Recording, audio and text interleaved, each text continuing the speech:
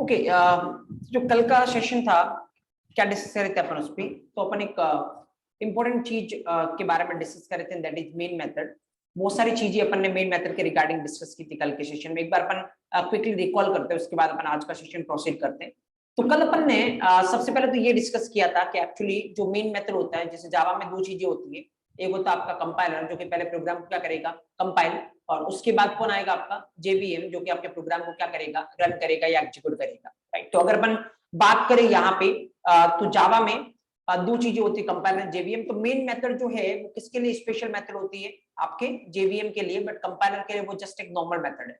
तो जो भी कंपाइलर दूसरी मेथड के लिए चेक करता है, वही किसके लिए चेक करेगा, मेन मेथड के लिए। बाकी कोई एडिशनल चीजें नहीं चेक करने वाला। जैसे कंपाइलर बाकी मेथड के लिए क्या चेक करता है, नाम वैलिड आइडेंटिफायर होना चाहिए, जो रिटर्न टाइप है वो होना चाहिए, तो वही ये मेन मेथड के लिए चेक करेगा। बाकी मेन मेथड पब्लिक है या नहीं है, स्टैटिक है या नहीं है, इससे कंपाइलर को लेना देना है नहीं। इससे किसको लेना देना है, जेवीएम को, राइट। तो उसके बाद अपन ने देखा था एक्चुअली कि मेन मेथड का सिंटैक्स किस तरीके से लिखते हैं। तो सिंटैक्स ऑब्वियसली जावा में जो हमेशा लिखते आते हैं वो इस तरीके से सिंटैक्स लिखते हैं, public static void main string array args, right. इस तरीके से अपन लिखते हैं। यहाँ पे अगर देखा जाए तो पहला क्वेश्चन कल अपन ने रीच किया था, ये क्या है, मेथड का नाम। तो क्या मेथड का नाम मेन फिक्स है या फिर अपन चेंज कर सकते हैं? तो आंसर क्या था इसका, अपन चेंज कर सकते हैं, लेकिन इसके लिए अपने को क्या करना पड़ेगा, कस्टमाइज करना पड़ेगा। किसको, जेवीएम को। जेवीएम को कस्टमाइज करने का मतलब जेवीएम के अंदर जो इंस्ट्रक्शन है उसको क्या करना पड़ेगा, चेंज करना पड़ेगा। और वो चेंज करने के लिए अपने पास क्या होनी चाहिए, एक्सेस होनी चाहिए। तो अपने पास एक्सेस है नहीं, लेकिन अगर जिसके अंडर जेवीएम आता है लाइक ओरेकल कॉर्पोरेशन, तो अगर वो चाहे तो अगले वर्जन में ये बोल सकते हैं कि मेन की जगह जेवीएम किस मेथड को ढूंढने लगेगा, किसी भी जैसे सीएसडी मेथड को ढूंढने लगेगा, राइट। तो फिर ये फिक्स नहीं है कि मेन हमेशा नाम फिक्स है, ये चेंज कर सकते हैं, लेकिन इसके लिए क्या करना पड़ेगा, आपको जेवीएम के कोड को कस्टमाइज करना पड़ेगा। फिर अपन ने एक पॉइंट डिस्कस किया था, वो ये कि जो मेन मेथड का सिंटैक्स आपको दिख रहा है ये बहुत ही स्ट्रिक्ट है, लेकिन फिर भी अपन कुछ चेंजेस है जो इस पे कर सकते हैं। चलो एग्जैक्टली कितने चेंजेस है जो अपन इस पे कर सकते हैं, टोटल 5 चेंजेस है जो अपन इस पे परफॉर्म कर सकते हैं। कौन कौन सा, चलो फास्ट रिकॉल करो। पहला चेंज क्या था, ऑब्वियसली मॉडिफायर। ये दोनों क्या है, मॉडिफायर, इनको अपन क्या कर सकते हैं, ऑर्डर कुछ भी लिख सकते हैं, कोई दिक्कत नहीं, क्योंकि मॉडिफायर हमेशा जावा में इंडिकेशन देने के लिए काम में आते हैं। तो किसी को भी पहले लिखो, किसी को बाद में लिखो, इससे कोई फर्क पड़ेगा नहीं। तो पब्लिक स्टैटिक की जगह मैं इसको क्या कर सकता हूँ, स्टैटिक पब्लिक कर सकता हूँ, फर्स्ट चेंज। सेकंड चेंज क्या है बोलो, यहाँ पे ये क्या है, वेरिएबल का नाम। तो ऑब्वियसली वेरिएबल का नाम आप क्या कर सकते हो, कोई भी वैलिड आइडेंटिफायर लिख सकते हो। तो यहाँ पे जो आइडेंटिफायर के 6 रूल है उसके अकॉर्डिंग कोई भी नाम लिख सकते हो, that is valid. What was the third change, ये ऑब्वियसली आपका एरे है, तो एरे को किसी भी फॉर्म में लिख सकते हो। मतलब लेट्स से अगर आप ऐसे लिख रहे हो तब भी ये सही है, अगर आप इसको ऐसे लिख रहे हो स्ट्रिंग ये इसके साथ तब भी ये सही है, अगर आप इसको ऐसे लिख रहे हो स्ट्रिंग args इसके साथ तब भी ये सही है। तो इसको किसी भी एरे की फॉर्म में लिख सकते हैं। नंबर 4 चेंज क्या था, एरे मतलब क्या होता है, ये स्ट्रिंग तरीके के कितने भी आर्गुमेंट ले सकता है। तो इसको अपन किससे रिप्लेस कर सकते हैं, वैरार्ग से। तो एरे की जगह अपन यहाँ पे वैरार्ग भी यूज कर सकते हैं। ये चौथा चेंज था। पांचवा चेंज क्या था, 3 और मॉडिफायर होते हैं, कौन कौन सा, एक होता है फाइनल, एक होता है सिंक्रोनाइज्ड, और एक होता है आपका स्टैटिक पे, राइट। ये 3 मॉडिफायर आप चाहो तो अपने रिक्वायरमेंट के अकॉर्डिंग किस पे यूज कर सकते हो, मेन मेथड पे यूज कर सकते हो। तो ये टोटल 5 चेंज से अपन किस पे परफॉर्म कर सकते हैं, मेन मेथड पे। और इन 5 के कोई भी 6th चेंज अपन ने परफॉर्म करने की ट्राई की तो फिर ऑब्वियसली आपको जेवीएम क्या देगा, एरर। जेवीएम एरर देता है, उसको क्या बोलते हैं, एक्सेप्शन। तो जेवीएम आपको एक्सेप्शन देगा कि मेन मेथड प्रॉपर नहीं है, आपको प्रॉपर मेन मेथड लिखने की रिक्वायरमेंट है, राइट। उसके बाद इन 5 चेंजेस के बाद फिर अपन ने कल के सेशन में डिस्कस किया था कि एक्चुअली इन पूरे 5 चेंज में कहीं भी मैंने आपको ऐसा नहीं बोला कि आप पब्लिक हटा सकते हो, आप स्टैटिक हटा सकते हो, या फिर आप क्या हटा सकते हो, वॉइड हटा सकते हो। इसका मतलब पब्लिक, स्टैटिक और वॉइड इनका बहुत ज्यादा यूज है। और क्या यूज है ये अपन ने देखा था। चलो पब्लिक क्यों होता, फास्टली बताओ, व्हाई इज पब्लिक, क्योंकि पब्लिक होने से जेवीएम इसको कहीं से भी क्या कर सकता है, एक्सेस कर सकता है। क्योंकि अगर बाहर से एक्सेस करना तो हमेशा चीजें क्या होनी पड़ेगी, पब्लिक। स्टैटिक क्यों होता है, क्योंकि अगर कोई स्टैटिक है तो बिना ऑब्जेक्ट के भी अपन उसको क्या कर सकते हैं, कॉल कर सकते हैं। इसका मतलब जेवीएम जब मेन मेथड को कॉल करेगा तो उसको ऑब्जेक्ट बनाने की रिक्वायरमेंट नहीं पड़ेगी, इसलिए ये क्या है, स्टैटिक। क्योंकि आपको पता है कल मैंने बोला था ऑब्जेक्ट क्रिएशन क्या होता है, कॉस्टली ऑपरेशन होता है, राइट। तीसरा ये क्या है, रिटर्न टाइप। तो मेन मेथड का रिटर्न टाइप वॉइड क्यों होता है, कल अपन ने देखा था अगर मेथड कुछ भी रिटर्न करता है तो वो किसको रिटर्न करता है, उसके कॉलर को, जो उसको कॉल करेगा, राइट। तो सवाल ये है मेन मेथड का कॉलर कौन है, मेन मेथड का कॉलर है जेवीएम। तो फिर अगर मेन मेथड कुछ रिटर्न करेगा तो वो किसको करेगा, जेवीएम को, और जेवीएम को कुछ भी रिटर्न करने का कोई सेंस है नहीं, एंड दैट्स व्हाई इसका रिटर्न टाइप क्या होगा, वॉइड। फाइन, तो ये चीजें। उसके बाद एक लास्ट पॉइंट अपन ने डिस्कस किया था, वो ये कि मेन मेथड की ओवरलोडिंग अपन कर सकते हैं या नहीं। ओवरलोडिंग का मतलब क्या होता है, नाम सेम लेकिन आर्ग्यूमेंट अलग।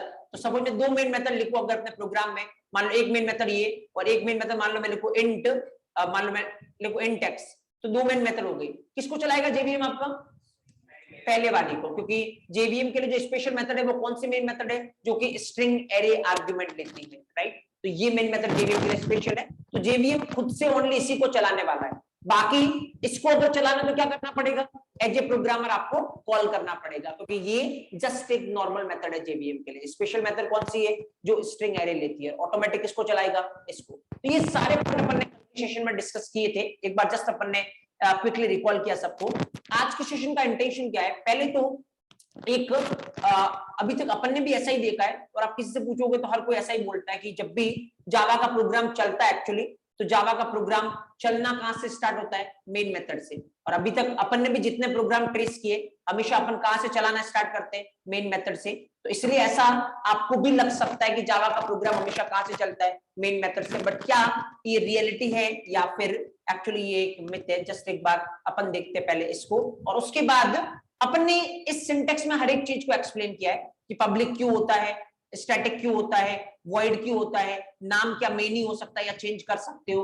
और लेकिन एक चीज को डिस्कस नहीं किया जो यहाँ पे लिखा हुआ है, और इसको क्या बोलते हैं, कमांड लाइन आर्ग्यूमेंट्स। तो पहले अपन ये देखते हैं कि क्या जावा का प्रोग्राम हमेशा मेन मेथड से ही चलता है या नहीं, पहले इसका आंसर को फिगर आउट करते हैं, उसके बाद अपन फिगर आउट करेंगे इन कमांड लाइन आर्ग्यूमेंट की रिक्वायरमेंट क्या है, राइट। तो चलो स्ट्रेट अवे अपन स्टार्ट करते हैं और देखते हैं कि जावा का प्रोग्राम मेन मेथड से ही चलता है या फिर ये सही नहीं है। जस्ट ऑब्जर्व, एक बार यहाँ पे देखना, मैं आपके लिए एक प्रोग्राम लिख रहा हूं, ऑब्जेक्ट हियर, सब मैंने लिखा क्लास टेस्ट, राइट। मैंने मेन मेथड तो पहले बना ही देता हूं, आपको पता ऑलरेडी इसके बारे में तो अपन डिस्कस कर ही चुके, पब्लिक स्टैटिक वॉइड मेन, और आपको पता चेंजेस क्या क्या कर सकते हैं। तो चलो मैं चेंज करता हूं तो भी थोड़ा आपको लगे।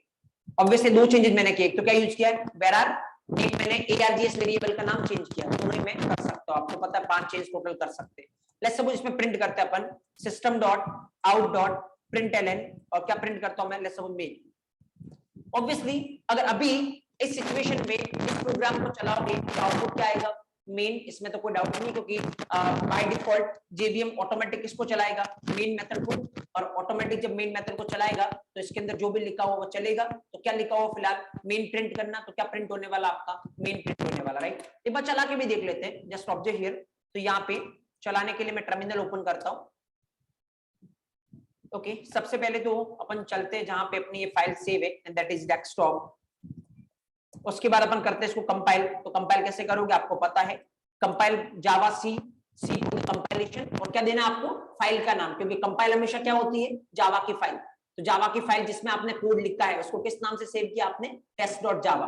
तो जैसे ये कंपाइलेशन सक्सेसफुल होगा, कंपाइलर क्या करता है आपका, जितनी भी क्लास इस वाले जावा फाइल में होगी उनकी क्या क्या बनाएगा, डॉट क्लास फाइल। तो अभी कितनी क्लास है इस प्रोग्राम में, एक, कौन सी, टेस्ट क्लास। तो ऑटोमेटिक आपके कंपाइलर ने क्या किया होगा, टेस्ट डॉट क्लास बनाई होगी, राइट। अब अगर आपको चलाना है तो चलाता कौन है प्रोग्राम को, जेवीएम।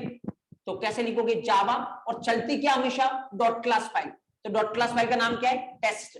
तो फिर यहाँ पे जैसे ही आप चलाओगे क्या आउटपुट आने वाला है, आउटपुट आएगा आपका क्या, मेन, राइट, जो कि करेक्ट है, कोई डाउट नहीं। वैसे भी ये तो यहां तक किसी को कोई डाउट है नहीं, जो ऑनलाइन अटेंड कर रहे किसी को वॉइस इशू हो रहा है क्या,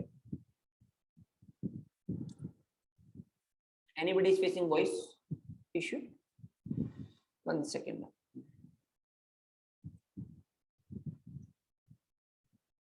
तो कुछ कुछ को हो रहा, कुछ कुछ को नहीं हो रहा है, जस्ट स्टॉप, एक second, just give me moment, एक second.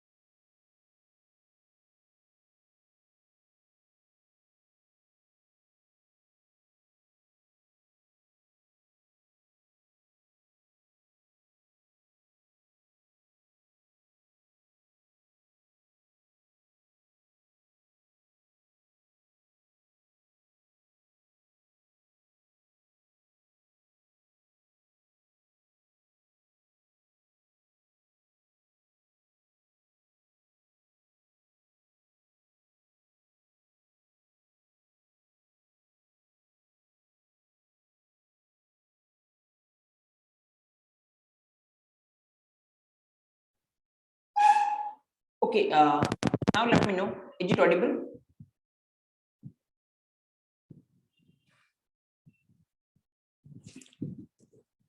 Is it audible now?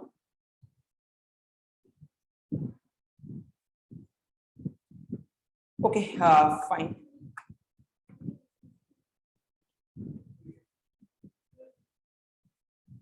Okay, let's see. तो इस वाले केस में आउटपुट क्या आ रहा है? ऑब्वियसली मेन, इसमें कोई डाउट नहीं है।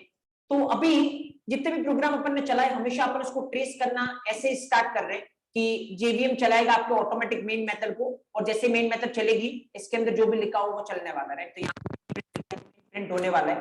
देखो यहाँ तक कोई डाउट नहीं है। अब मैं यहाँ पे कुछ लिखता हूँ, अभी वो क्या है इस पे आपको फोकस करने की रिक्वायरमेंट नहीं है। अभी जस्ट आप एक बार आउटपुट देखना, बस खाली मैं आपको आउटपुट दिखाना चाह रहा हूँ। ऊपर मैंने लिखा क्या है अभी मैं उसको एक्सप्लेन नहीं कर रहा हूँ, बट जस्ट ऑब्जर्व हियर। यहाँ पे देखना, देखो अभी इस प्रोग्राम का आउटपुट क्या आएगा। अगर अभी आउटपुट में पहले अगर आपको मेन दिखे, इसका मतलब जो आज तक आप सोचते हो एक्चुअली कि जावा का प्रोग्राम कहां से चलना स्टार्ट होता है, मेन से, वो सही होगा आपका सोचना। अगर पहले मेरे को क्या प्रिंट होता हुआ दिखे, मेन प्रिंट होता हुआ दिखे, राइट। लेकिन अगर आप इस प्रोग्राम को चलाओगे ना, इसका आउटपुट देखोगे, पहले आपको ये वाला प्रिंट होगा और उसके बाद क्या प्रिंट होगा, मेन प्रिंट होगा। एक बार मैं चला आपको तो आपको पता चलेगा कि क्या पहले मेन चलता है या नहीं। ऑब्जर्व किया, जस्ट एक बार के लिए मैं यहाँ पे कंसोल क्लियर करता हूँ, कंपाइल करता हूँ। कंपाइलेशन इज फाइन, तो कंपाइलर को कोई प्रॉब्लम नहीं है। चलाने की ट्राई करते हैं अपन, तो चलाते हैं, that is Java and then test.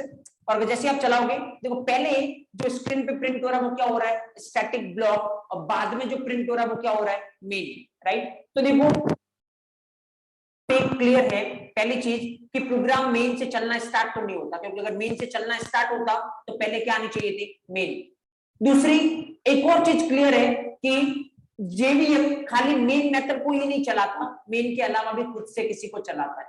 क्योंकि अभी ये जो अपन ने लिख रखा है ना, मैं जस्ट बता रहा हूं आपको, स्टैटिक ब्लॉक। स्टैटिक ब्लॉक बनाना नहीं करना है, स्टैटिक लिखा, करली ब्रैकेट ओपन, करली ब्रैकेट क्लोज, इसके अंदर जो भी लिखोगे इसका मतलब वो किसमें लिखा आपने, स्टैटिक ब्लॉक में। देखो अभी के लिए स्टैटिक ब्लॉक क्या होता है नॉन, ये अपन डिस्कस नहीं कर रहे, क्योंकि अगला जो उसमें अपन देखेंगे स्टैटिक ब्लॉक क्या होता है। सेम जैसे स्टैटिक ब्लॉक होता है वैसे इंस्टेंस ब्लॉक भी होता है। कब आपको लिखने की रिक्वायरमेंट है, क्या काम आपको स्टैटिक ब्लॉक के अंदर करना चाहिए, एक एक पॉइंट अपन डिटेल में डिस्कस करेंगे। लेकिन अभी के लिए क्लियर करने के लिए मैंने इसको लिखा है वो ये कि जावा का प्रोग्राम मेन मेथड से चलना स्टार्ट नहीं होता है एक्चुअली, राइट। तो जस्ट ऑब्जर्व हियर, यहाँ पे मेन से पहले क्या प्रिंट हो रहा है, स्टैटिक। चलो आप मेरे को बताओ, देखो एक और इंपॉर्टेंट क्वेश्चन पूछ रहा हूँ जो थोड़ा अच्छे लेवल के इंटरव्यू में आपसे पूछा जा सकता है नॉलेज टेस्ट करने के लिए। मैंने ये प्रोग्राम लिखा स्क्रीन पे, राइट। अभी मैंने क्या लिखा इसमें, एक स्टैटिक ब्लॉक लिखा। आपको इतना तो पता चल गया है कि स्टैटिक ब्लॉक किससे पहले चलता है, मेन मेथड से पहले चलता है। इसका मतलब जावा का प्रोग्राम मेन मेथड से तो चलना स्टार्ट नहीं होता है। देखो एक और क्वेश्चन का आंसर मैं आपको कर रहा हूँ। अब ऐसा मत बोलना कि जावा का प्रोग्राम कहां से चलना स्टार्ट होता है, स्टैटिक ब्लॉक से, क्योंकि सबसे पहले कौन चला है, स्टैटिक ब्लॉक। नहीं, एक्चुअली मैं आपको आंसर दो बिल्कुल एक्यूरेट। आपको बोलने की रिक्वायरमेंट है जावा का जो प्रोग्राम है ना वो चलना कहां से स्टार्ट होता है, वो एक चीज से चलना स्टार्ट होता है, इसको बोलते हैं स्टैटिक कंट्रोल फ्लो। जब भी जावा का प्रोग्राम चलता है सबसे पहले क्या चलता है, स्टैटिक कंट्रोल फ्लो। इस स्टैटिक कंट्रोल फ्लो में बहुत सारे स्टेप होते हैं। इस स्टैटिक कंट्रोल फ्लो के तीसरे स्टेप में, तीसरा और फाइनल स्टेप जो होता है उसमें चलता है आपका कौन सा मेथड, मेन मेथड, राइट। तो स्टैटिक कंट्रोल फ्लो के तीसरे स्टेप में क्या चलता है आपका, मेन मेथड। और दूसरे स्टेप में आपका क्या चलता है, स्टैटिक ब्लॉक। सेकंड जो स्टेप है उसमें क्या चलता है आपका, static block. What about first step, we'll discuss later, right। पूरा स्टैटिक कंट्रोल फ्लो पर डिस्कस करेंगे नेक्स्ट टॉपिक जब अपन डिस्कस करेंगे ऑब्जेक्ट ओरिएंटेड, राइट। अभी के लिए फिलहाल मैं आपको ये बताना चाह रहा हूं कि इवन फर्स्ट तो छोड़िए, सेकंड पे भी क्या नहीं चलता, मेन मेथड नहीं चलता। टोटल अगर एग्जैक्टली बात करें तो स्टैटिक कंट्रोल फ्लो के तीसरे स्टेप पे क्या चलता है आपका, मेन मेथड। तो जावा का प्रोग्राम चलना कहां से स्टार्ट होता है, स्टैटिक कंट्रोल फ्लो से। फाइन, तो जस्ट देखो आपको आंसर कैसे करना है, क्योंकि कोई भी आपको फ्रेशर लेवल पे आगे से ये नहीं पूछेगा कि स्टैटिक कंट्रोल फ्लो क्या होता है। बट सपोज आपको मेन मेथड के रिगार्डिंग पूछा जाए तो मेन मेथड एक्सप्लेन करते टाइम आप ये पॉइंट मेंशन कर सकते हो कि बाय डिफॉल्ट जावा का प्रोग्राम जब भी चलता है क्या एग्जीक्यूट होता है, स्टैटिक कंट्रोल फ्लो एग्जीक्यूट होता है, और स्टैटिक कंट्रोल फ्लो के तीसरे स्टेप में क्या एग्जीक्यूशन होता है, मेन मेथड का एग्जीक्यूशन होता है। आप इस पॉइंट पे खत्म करोगे तो फिर 100% अगला क्वेश्चन आएगा स्टैटिक कंट्रोल फ्लो क्या होता है, जो कि अपन आगे देखेंगे अगले टॉपिक में। फिलहाल मैं आपको ये बता रहा हूं, सपोज यहां पे अगर आप देखोगे तो मैंने खाली स्टैटिक ब्लॉक लिखा है, मेन मेथड नहीं लिखी, राइट। इसका आउटपुट क्या आएगा? ऑब्वियसली अगर आप चलाने की ट्राई करोगे तो जावा का प्रोग्राम चलना कहां से स्टार्ट होगा, स्टैटिक कंट्रोल फ्लो से, और स्टैटिक कंट्रोल फ्लो के दूसरे स्टेप में क्या चल जाएगा, स्टैटिक ब्लॉक। तो स्टैटिक ब्लॉक चलेगा तो सबसे पहले क्या प्रिंट होगा, स्टैटिक ब्लॉक। उसके बाद तीसरे स्टेप में क्या चलेगा, मेन मेथड। तो क्या मेन मेथड है इसमें? नहीं, और नहीं तो जेवीएम क्या देगा, एक्सेप्शन केस। क्या नहीं मिला, मेन मेथड नहीं मिला। तो पहले क्या चल जाएगा, स्टैटिक ब्लॉक। उसके बाद जब जेवीएम तीसरे स्टेप में ढूंढेगा किसको, मेन मेथड को, तो क्या आने वाला है, एक्सेप्शन, कि मेन मेथड नॉट फाउंड। इस तरीके से क्या आने वाला है, एक्सेप्शन। तो फिर पहले स्टैटिक ब्लॉक प्रिंट होगा, उसके बाद क्या आएगा, एक्सेप्शन। देखो अगर आप ऐसा सोच रहे हो, आप बिल्कुल सही सोच रहे हो, लेकिन ऐसा होता कब तक, जब तक जावा का 1.6 वर्जन चल रहा था तब तक, राइट। तब तक बिल्कुल ये फ्लो जो मैंने अभी एक्सप्लेन किया है कि यहाँ पे 1.6 वर्जन जब तक चल रहा था तब तक पहले आपका स्टैटिक ब्लॉक चलेगा, और उसके बाद में आपका क्या चलने वाला है, स्टैटिक ब्लॉक के बाद फिर आपका क्या चलेगा, एक्चुअली मेन मेथड तीसरे स्टेप पे। तो जैसे ही तीसरे स्टेप पे मेन मेथड इसको नहीं मिलेगा, क्या देने वाला है, एक्सेप्शन। लेकिन एक्चुअली होने लगा, और वो इशू ये है कि लोग क्या करने लगे ना, कि मेन मेथड लिखने के लिए आपको कितना बड़ा लिखना पड़ता है, public static void main string array args, right. तो लोग क्या करने लगे, जो मेन मेथड का काम है ना, वो भी किसमें करने लगे, स्टैटिक ब्लॉक में। क्यों? क्योंकि स्टैटिक ब्लॉक लिखना बहुत सिंपल है, खाली आपने स्टैटिक लिखा, bracket open bracket close, static block हो गया स्टार्ट। मेन मेथड लिखने के लिए इतना बड़ा लिखना पड़ेगा, public static void main string array args। तो लोगों ने क्या करना स्टार्ट कर दिया, मेन मेथड का काम भी किसमें करना स्टार्ट कर दिया, स्टैटिक ब्लॉक में। तो एक्चुअल में वो चलने तो लग गया, लेकिन स्टैटिक ब्लॉक में जितना ज्यादा कोड लिखोगे उतनी परफॉर्मेंस क्या होने वाली है, कम होने वाली है। इसका रीजन क्या है वो अपन देखेंगे जब हम पढ़ेंगे स्टैटिक ब्लॉक। स्टैटिक ब्लॉक के अंदर बहुत लिमिटेड कोड लिखना चाहिए, तो कौन सा कोड लिखना चाहिए वो अपन बात करेंगे, लेकिन लोगों ने इस तरीके से सारा कोड ही किसमें लिखना स्टार्ट कर दिया, स्टैटिक ब्लॉक में।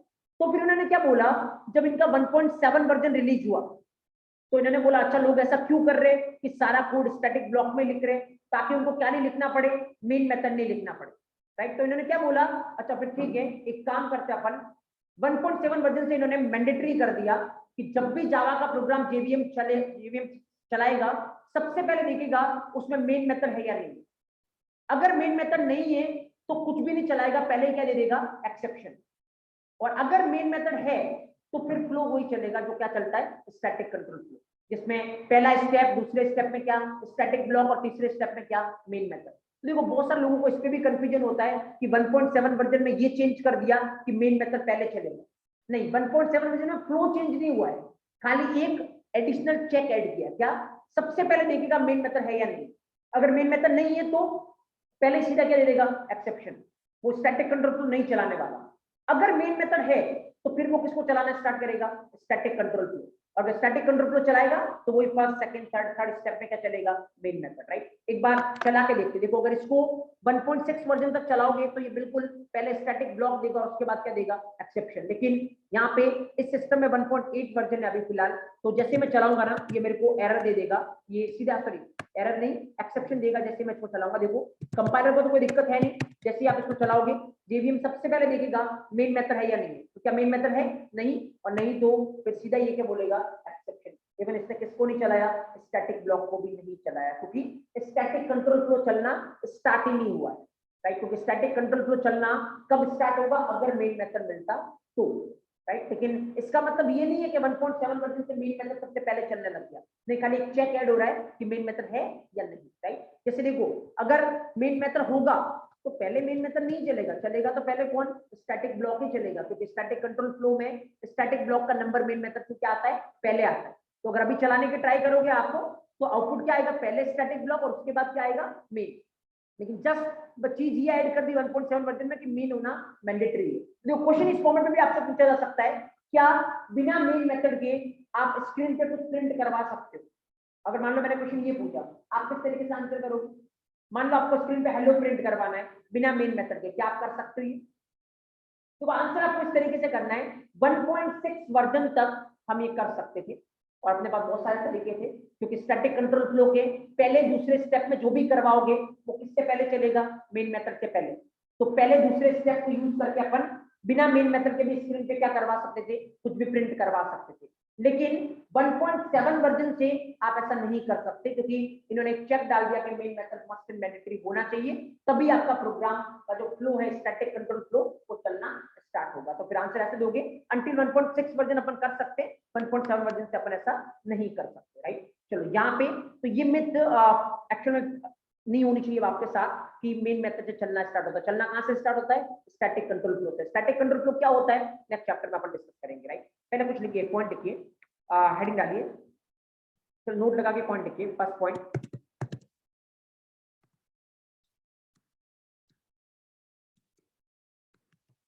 Java program execution does not start. Java program execution doesn't start with main method. Java program execution doesn't start with main method. Java program execution doesn't start with main method, and it starts with static control flow. It starts with static control flow. Java program execution doesn't start with main method, and it starts with static control flow. It starts with static control flow. Static control flow.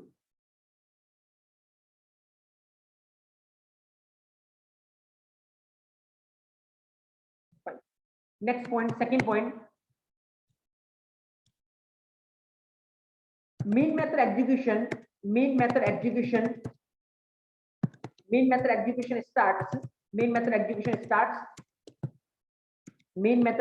starts at third step of main method execution starts at third step of static control flow. Third step of static control flow. Main method execution starts at third step of static control flow. Third step of static control flow.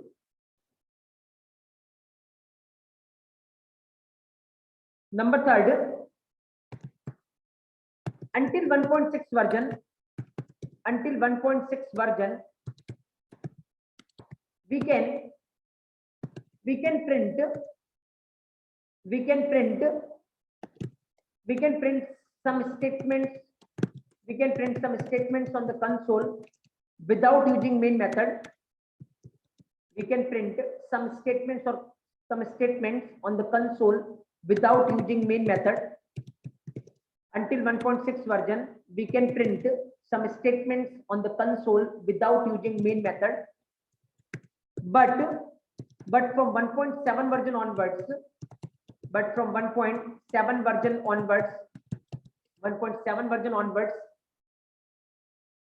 main method is compulsory. But from 1.7 version onwards, main method is compulsory. Main method is compulsory to print. Main method is compulsory to print any statement. Main method is compulsory to print any statement on the console. Main method is compulsory to print any statement on the console. Console मतलब आपकी screen. Until 1.6 version, we can print some statements on the console without using main method. But from 1.7 version onwards, main method is compulsory to print any statements on the console. देखो आप यहाँ पे इस तरीके से लिखिए, एग्जाम्पल लिखिए आप पहला, दिस वन आप ऐसा लिखिए। अभी ये स्टैटिक ब्लॉक है, बाकी क्या होता है स्टैटिक ब्लॉक, क्या इसके अंदर लिखना चाहिए ये अपन अभी डिस्कस नहीं कर रहे। यहाँ पे ये लिखने के बाद इसका आउटपुट आपको किस तरीके से लिखना है वो मैं आपको बताता हूँ। पहला एग्जाम्पल इसको लिखिए, एग्जाम्पल नंबर फर्स्ट।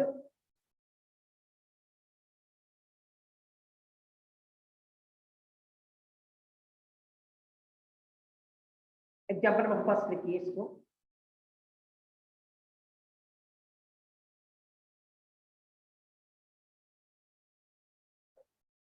ओके, इसमें आउटपुट आप ऐसे लिखना कि अगर सपोज करो आप 1.6 वर्जन तक इसको चलाते, until 1.6 वर्जन ऐसे लिखना, until 1.6 वर्जन। अगर 1.6 वर्जन तक आप इसको चलाते ना, तो इसका आउटपुट क्या आता?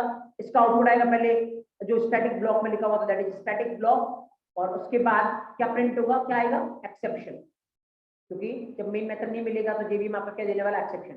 तो 1.6 वर्जन तक इसको चलाओगे, पहले स्टैटिक ब्लॉक प्रिंट होगा और फिर क्या आएगा? एक्सेप्शन। लेकिन अगर आप 1.7 वर्जन से चलाओगे, सेकंड लिखना फ्रॉम 1.7 वर्जन ऑनवर्ड्स, अगर आप 1.7 वर्जन से इस प्रोग्राम को चलाओगे तो फिर सीधा क्या आने वाला है? एक्सेप्शन। तो सबसे पहले ये देखने वाला आपका जेवीएम के मेन है या नहीं, अगर होगा तो स्टैटिक कंट्रोल फ्लो चलाना स्टार्ट करेगा, अदरवाइज सीधा ही एक्सेप्शन दे देगा।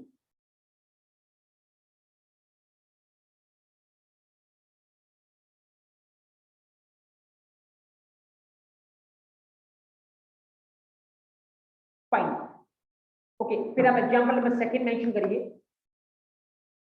एग्जांपल नंबर सेकंड,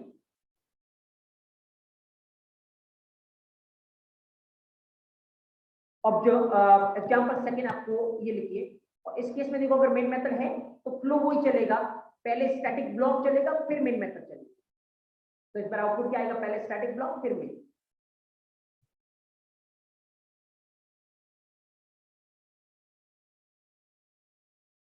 जो ऑनलाइन अटेंड कर रहे हैं किसी को वॉइस इशू तो नहीं हो रहा, या स्टिल किसी को प्रॉब्लम हो रही वॉइस के रिगार्डिंग?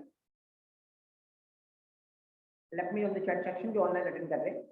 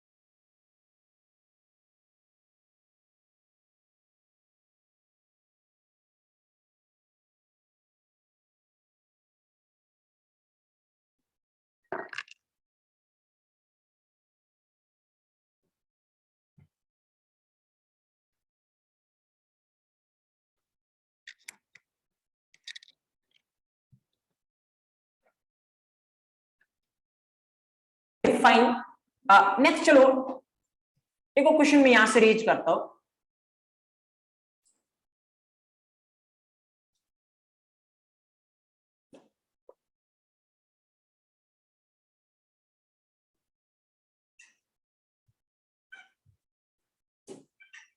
ओके चलो, एक क्वेश्चन है जिसका आंसर आप देना मेरे को, क्या आंसर होगा इसका। जैसे सपोज करो यहाँ पे मान लो, अभी ये तो अपने को समझ में आ गया कि मेन मेथड पहले नहीं चलता, एक्चुअली पहले स्टैटिक कंट्रोल फ्लो के अकॉर्डिंग चीजें चलेगी। चलो मैं यहाँ पे मान लो एक ही प्रोग्राम में दो क्लास लिख रहा हूँ, एक मैं क्लास लिख रहा हूँ क्लास टेस्ट और दूसरा मैं लिख रहा हूँ class test 1। There are two test class, there are two class in this program, right? Now observe here, test class के अंदर मेरा मेन मेथड है और टेस्ट 1 क्लास के अंदर क्या नहीं है? मेन मेथड नहीं है। अगर जैसे देखो मैं अगर इस प्रोग्राम को चलाता हूं, अगर इसमें प्रोग्राम को कंपाइल करता हूं, ऑब्जर्व करना यहाँ पे, कंपाइल अगर सक्सेसफुल होता है तो कंपाइलेशन सक्सेसफुल होने के बाद कितनी डॉट क्लास फाइल जनरेट होगी? 2। एक कौन सी? टेस्ट डॉट क्लास, एक कौन सी? Test 1 dot class. देखो आप दोनों में से किसी को भी चला सकते हो, क्योंकि चलता हमेशा कौन है? Class file. तो दोनों में से किसी को भी चला सकते हो। मान लो अगर मैंने टेस्ट 1 चलाया, अगर मैंने चलाया जावा टेस्ट 1, क्या होगा? स्टैटिक कंट्रोल फ्लो चलेगा, तो देखेगा पहले टेस्ट 1 क्लास के अंदर जो भी कोई स्टैटिक ब्लॉक है क्या? नहीं। तीसरे स्टेप में क्या होगा? टेस्ट 1 क्लास के अंदर जेवीएम किसको फाइंड करेगा? मेन मेथड को। क्या मेन मेथड है टेस्ट 1 क्लास के अंदर? नहीं। और अगर टेस्ट 1 क्लास के अंदर मेन मेथड नहीं है तो फिर ऑब्वियसली क्या आने वाला है? एक्सेप्शन। तो जैसे आप टेस्ट 1 क्लास को चलाओगे, यहाँ पे क्या आने वाला है? एक्सेप्शन। देखो क्या बोल रही है, main method not found in class test 1। Test 1 के अंदर इसको क्या नहीं मिला? मेन मेथड नहीं मिला। कैसे लिखने की रिक्वायरमेंट है? इस तरीके से, पब्लिक स्टैटिक वॉइड में, राइट? अगर मैं चलाता हूं किसको? जावा टेस्ट, तो क्या होगा? ऑब्वियसली टेस्ट क्लास के अंदर देखेगा मेन मेथड है या नहीं है। क्या टेस्ट क्लास के अंदर मेन मेथड है? यस, चल जाएगा। चल जाएगा तो आउटपुट क्या आएगा? मेन। तो एक बार चला के देखते हैं अपन यहाँ पे, जैसे आप चलाओगे आउटपुट क्या आ रहा है? मेन। तो ध्यान रखना, एक प्रोग्राम के अंदर बहुत सारी क्लासेस हो सकती है, कोई दिक्कत नहीं है। और जैसे ही आप कंपाइल करोगे जितनी क्लासेज होगी उतनी क्या जनरेट होने वाली है, डॉट क्लास फाइल। लेकिन चलाना आपको कौन सी क्लास को है, जिसके अंदर क्या हो, मेन मेथड। क्योंकि जैसे ही चलाओगे जेवीएम उसके में क्या देखेगा, मेन मेथड है या नहीं है, और अगर मेन मेथड नहीं होगी तो क्या देगा, एक्सेप्शन, राइट। तो जैसे टेस्ट1 को चलाओगे तो क्या आने वाला है, एक्सेप्शन। टेस्ट को चलाओगे तो क्या आने वाला है, प्रॉपर मेन चलेगा तो क्या प्रिंट होने वाला है, मेन, राइट। तो एक एग्जांपल मेंशन कर सकते हो, दिस वन मेंशन करो एग्जांपल, नीचे मैं कुछ लिखवा रहा हूं।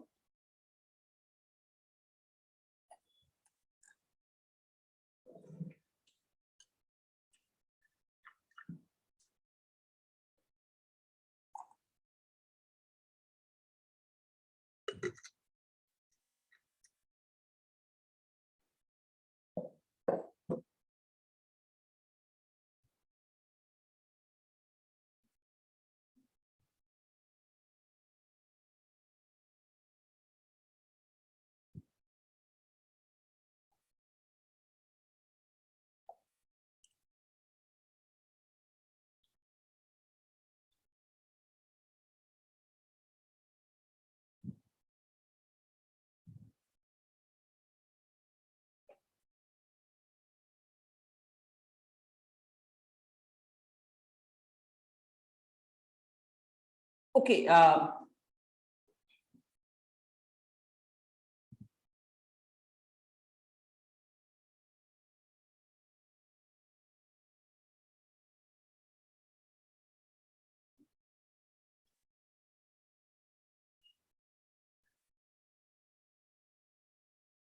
यहाँ पे जैसे आप इस प्रोग्राम को कंपाइल करोगे कितनी डॉट क्लास फाइल आपके पास आने वाली है, दो। एक तो टेस्ट डॉट क्लास और दूसरा कौन सा, टेस्ट1 डॉट क्लास, राइट। तो आप इसको ऐसे लिख लो, ज्यादा बेटर है कि जैसे आप कंपाइल करोगे, मतलब आप अगर इस प्रोग्राम को लिखने के बाद ऐसा करते हो, जावा सी, प्रोग्राम का नाम क्या है, टेस्ट डॉट जावा।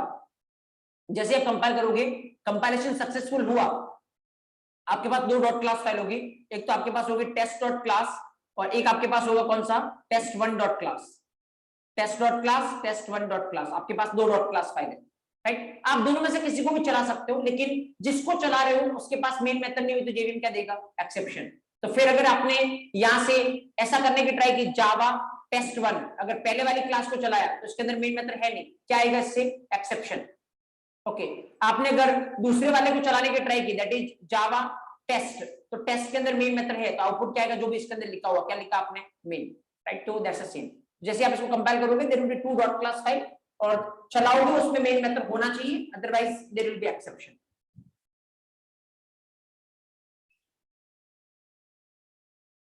Fine, okay.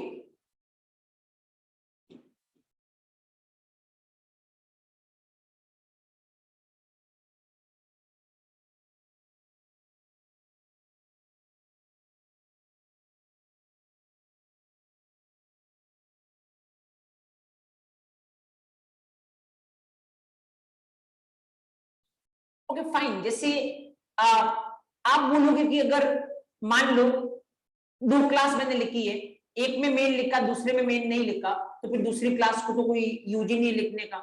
आप ऐसा सोच रहे होंगे क्योंकि दूसरी क्लास को तो अपन चला ही नहीं सकते। फाइन, जब चला ही नहीं सकते तो दूसरी क्लास को लिखने का कोई यूज ही नहीं है। तो ऐसा नहीं है एक्चुअली, डिपेंड करता है जैसे किस तरीके से। सपोज करो, आराम से देखना, यहाँ पे मान लो मैं ऐसा लिखता हूँ कि जो क्लास टेस्ट1 है ना, उसके अंदर मेरे पास एक मेथड है। सपोज करो, लेट्स से void m1, एक मेथड है m1, और यहाँ पे देखो इस मेथड के अंदर मैं कुछ प्रिंट करवाता हूँ, system dot out dot println, system dot out dot println. Suppose क्या प्रिंट करवा रहा हूँ मैं, लेट्स से m1, इस तरीके से। आराम से देखना, टेस्ट1 क्लास के अंदर कौन सी मेथड है, एक m1 मेथड है, जिसके अंदर सिंपल अपन क्या प्रिंट करवा रहे हैं, m1 प्रिंट करवा रहे हैं। अगर मेरे को इस मेथड को कॉल करना है m1 को, क्या करना पड़ेगा मेरे को, ऑब्वियसली किस तरीके की मेथड है, इंस्टेंस या स्टैटिक, आगे स्टैटिक नहीं लग रहा, मतलब कैसी मेथड है, इंस्टेंस। और इंस्टेंस मेथड को कॉल करने के लिए पहले क्या बनाना पड़ेगा, ऑब्जेक्ट। कौन सी क्लास की इंस्टेंस मेथड है, टेस्ट1 क्लास की, तो किसका ऑब्जेक्ट बनाओगे, टेस्ट1 क्लास का। तो जैसे देखो, आराम से देखो, यहां से मान लो मैंने एक ऑब्जेक्ट बनाया test one t equal to new test one, right. Okay, उसके बाद मेरे को क्या कॉल करना है, टी डॉट, कौन सी मेथड को कॉल करना है, m1। फाइन, तो फ्लो आपको पता है किस तरीके से चलता है। जैसे मैंने यहाँ पे लिखा स्टार्ट मेन, और एट लास्ट में इस तरीके से लिख रहा हूं, let's suppose and main. Right.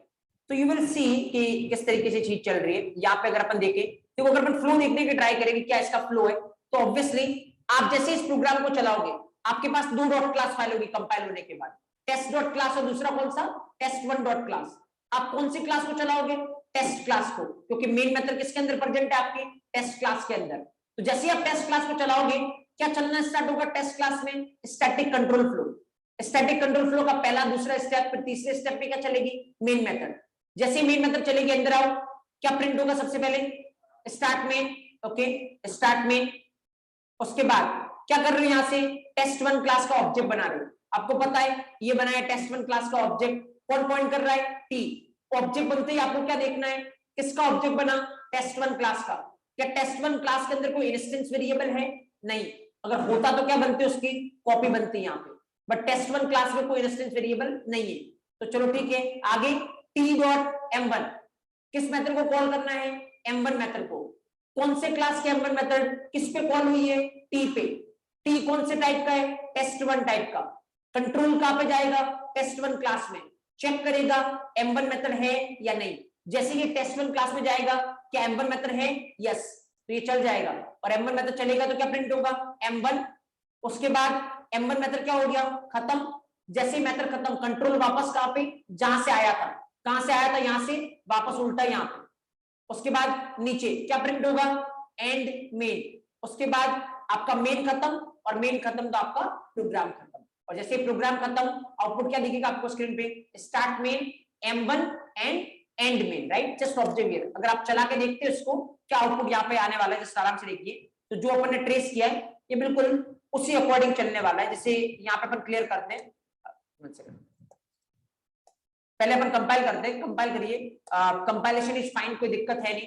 जैसे कंपाइलेशन फाइन है, आप चलाओ जावा टेस्ट, और जैसे चलाओगे आप देखो स्टार्ट मेन, M1, और लास्ट में क्या आ रहा है, एंड मेन, राइट। तो देखो ऐसा नहीं है कि क्लास के अंदर मेन मेथड लिखने से उसको काम में ले सकते हो, नहीं। जैसे इस क्लास के अंदर मैंने मेन मेथड नहीं लिखा, लेकिन इसको मैं काम में ले सकता हूं, इसको मैं चलाऊंगा नहीं, क्योंकि अगर इसको चलाऊंगा तो जेवीएम देखेगा इसमें मेन है या नहीं। चलाने का मतलब ऐसे, अगर मैंने यहाँ पे जावा टेस्ट की जगह जावा टेस्ट वन लिखा होता तो फिर यहाँ पे क्या आता, एक्सेप्शन, क्योंकि जैसे जिस क्लास को चलाओगे जेवीएम देखेगा उसमें मेन मेथड है या नहीं। तो मैं यहाँ पे टेस्ट को क्यों चला रहा हूँ, क्योंकि टेस्ट में क्या है, मेन मेथड है। तो मैं जैसा आपको ये बोलना चाह रहा हूँ कि आप एक प्रोग्राम के अंदर कितनी भी क्लास लिखिए कोई दिक्कत नहीं, लेकिन जब चलाने की बात आए तो आप उस क्लास को चलाइए जिसके अंदर क्या प्रेजेंट है, मेन मेथड प्रेजेंट है। क्योंकि जैसे ही किसी क्लास को चलाने की बात आएगी जेवीएम पहले देखेगा उसमें मेन मेथड है या नहीं है, नहीं होगा तो आपको क्या देगा, एक्सेप्शन। तो चलाना उसको है जिसके अंदर क्या प्रेजेंट हो, आपकी मेन मेथड प्रेजेंट हो, राइट। चलो ठीक है, यहां तक तो मुझे लगता है सबको क्लियर होगा। तो फिर अब अपन आते हैं एक और चीज पे, अभी लिखने की रिक्वायरमेंट नहीं है, वापस बना के देखेंगे, डोंट वरी। यहाँ पे एक चीज अपन पहले देखते हैं, वो ये कि अब तक लगभग सारे पॉइंट्स अपन डिस्कस कर चुके, एक पॉइंट को छोड़ के, और वो बच गया अपना ये वाला पोर्शन जो यहाँ पे अपन ने लिख रखा है। क्या बोलते हैं इसको, कमांड लाइन आर्ग्यूमेंट्स। अब क्या होता है कमांड लाइन आर्ग्यूमेंट, चलो जानने की ट्राई करते हैं। अब जो कमांड लाइन आर्ग्यूमेंट्स, राइट, तो क्या होता है कमांड लाइन आर्ग्यूमेंट्स, तो किस तरीके से यहां से क्वेश्चन रीच हो सकते हैं। देखो जैसे मान लो एक सिंपल से प्रोग्राम की बात करते हैं अपन, अभी कुछ अपन कॉम्प्लेक्स करते नहीं, जैसे एक ही क्लास लिखते हैं अपन, यहाँ पे एक ही क्लास लिखता हूं मैं यहाँ पे, और कुछ भी नहीं कर रहे, सिंपल अपन यहाँ पे कुछ नॉर्मल प्रिंट करवाना, जो भी आपको लेट्स से मैंने प्रिंट करवाया, ओके ओके, आराम से देखिए। यहाँ पे क्लास है जिसके अंदर क्या है, मेन मेथड है। अभी अगर मैं आपको बोलूंगी इस प्रोग्राम को आपको क्या करना है, कंपाइल करना है। आप कैसे कंपाइल करते हो, नीचे मैं यहीं पे लिख लेता हूँ, कंपाइल करना तो जावा सी, और फिर फाइल का नाम जो कि क्या अपना test.java। मैं जैसे बोलूंगा इसको रन करना है, आप क्या करोगे, जैसे रन करना है जावा, और क्लास का नाम क्या है, टेस्ट। ऐसे ही करने वाला आप, ये इस लाइन से क्या होने वाला है, कंपाइल, इस लाइन से क्या होने वाला है, रन। देखो अभी जितनी बार आपने रन किया है हमेशा खाली ऐसे ही रन किया है। आपने लिखा जावा जो कि रन करने का कमांड होता है, और आगे आपने लिखा क्लास का नाम, क्योंकि रन हमेशा क्या होती है, क्लास रन होती है। अब देखो अगर मैं ऐसे लिखूं, फाइन, अभी मैं रन कैसे करवा रहा हूं, अभी तो हमेशा पर रन कैसे करवा रहे थे, आपने लिखा कमांड का नाम दैट इज जावा, और फिर आपने लिखा क्लास का नाम दैट इज टेस्ट। अब जब क्लास को रन करवा रहे अपन, साथ में अपन कुछ क्या पास करवा रहे, आर्ग्यूमेंट्स भी पास करवा रहे। तो अगर प्रोग्राम को चलाते टाइम अगर साथ में कुछ आर्ग्यूमेंट पास करवाते हैं, इन आर्ग्यूमेंट को क्या बोलते हैं, command line arguments. So what is command line arguments? The arguments which we are passing at the time of execution of program. Program के एग्जीक्यूशन के टाइम पे अपन जो आर्ग्यूमेंट पास कर रहे हैं उसको क्या बोलते हैं, कमांड लाइन आर्ग्यूमेंट्स, राइट। अब अगर आपने ये कमांड लाइन आर्ग्यूमेंट पास किए तो फिर बिहेवियर क्या होने वाला है, जैसे ही आप कमांड लाइन आर्ग्यूमेंट पास करोगे ना, आपका जेवीएम जो इस प्रोग्राम को चला रहा है वो क्या करेगा, इन सारे आर्ग्यूमेंट को लेके क्या बनाने वाला है, एक एरे। क्यों बनाएगा एरे, रीजन इज क्योंकि जो यहाँ पे आप आर्गुमेंट दे रहे हो वो कितने हो सकते हैं, मल्टीपल भी हो सकते हैं। जैसे अभी आपने कितने आर्गुमेंट दिए, 3, और मल्टीपल चीजों को स्टोर करवाना है तो आपको क्या चाहिए, एरे। तो जितने भी आर्गुमेंट आपने यहाँ से पास करवाए हैं, आपका जेवीएम क्या करेगा, उन सारे आर्गुमेंट को लेके एक क्या बनाएगा, एरे, राइट। तो एरे का पहला एलिमेंट कौन सा है, 10, एरे का दूसरा एलिमेंट कौन सा है, 20, एरे का तीसरा एलिमेंट कौन सा है, 30। और जब भी जेवीएम मेन मेथड को कॉल करेगा, इस एरे को क्या करने वाला है, पास करने वाला है। तो जैसे अभी मैं चेंजेस नहीं करता हूं, मैं नॉर्मल जो अपन डायरेक्ट लिखते हैं ना वैसे लिखता हूं ताकि आपको ज्यादा अच्छे से पता चलेगा। जैसे ही जेवीएम क्या करेगा, इस एरे को पास करके किसको कॉल करेगा, मेन मेथड को। क्योंकि अभी तक आपने हमेशा यही पढ़ा है ना कि सपोज करो, मान लो m1 ऑफ int x है, अगर इस मेथड को कॉल करना आपको तो क्या करना पड़ेगा, आपको इसको कॉल करते टाइम एक इन तरीके का आर्गुमेंट आपको देना पड़ेगा। अगर नहीं दोगे तो क्या आएगी, एरर। यही तो पढ़ा है कि जितने आर्गुमेंट मांगता उतने देने पड़ेंगे, नहीं दोगे तो एरर आएगी। और इससे बचने के लिए फिर क्या था अपने पास, वेरार, जो कि कितने भी आर्गुमेंट ले सकता है, राइट। तो ऑब्जर्व करो, जैसे ये एक आर्गुमेंट मांग रही है तो कॉल करते टाइम आपको एक आर्गुमेंट देना पड़ेगा। तो अगर ये ऑब्जर्व कर रहे हो तो फिर आपको ये भी सोचना चाहिए था कि मेन मेथड को कौन कॉल करता है, जेवीएम। और मेन मेथड क्या मांग रही है यहाँ पे, स्ट्रिंग एरे। तो इसका मतलब जब भी जेवीएम इसको कॉल करेगा, जेवीएम को उसको क्या देना पड़ेगा, स्ट्रिंग एरे। अब सवाल ये है, जेवीएम स्ट्रिंग एरे कहां से लाएगा, तो आंसर ये है, जो भी आप कमांड लाइन आर्गुमेंट दोगे, जेवीएम उसको यूज करके क्या बनाएगा, एक स्ट्रिंग एरे, और इसको पास करके किसको कॉल करेगा, मेन मेथड को, राइट। ये पूरी स्टोरी है। अब इस एरे का नाम क्या होगा, जो आपने यहाँ पे दिया, क्या नाम दिया वेरिएबल का आपने, args। तो इसका नाम क्या होगा, args। देखो अभी मैं आपको एरे नहीं समझा रहा हूं क्योंकि एरे अपन सेपरेट टॉपिक देखेंगे, बहुत टाइम इन्वेस्ट करेंगे अपन एरे पे।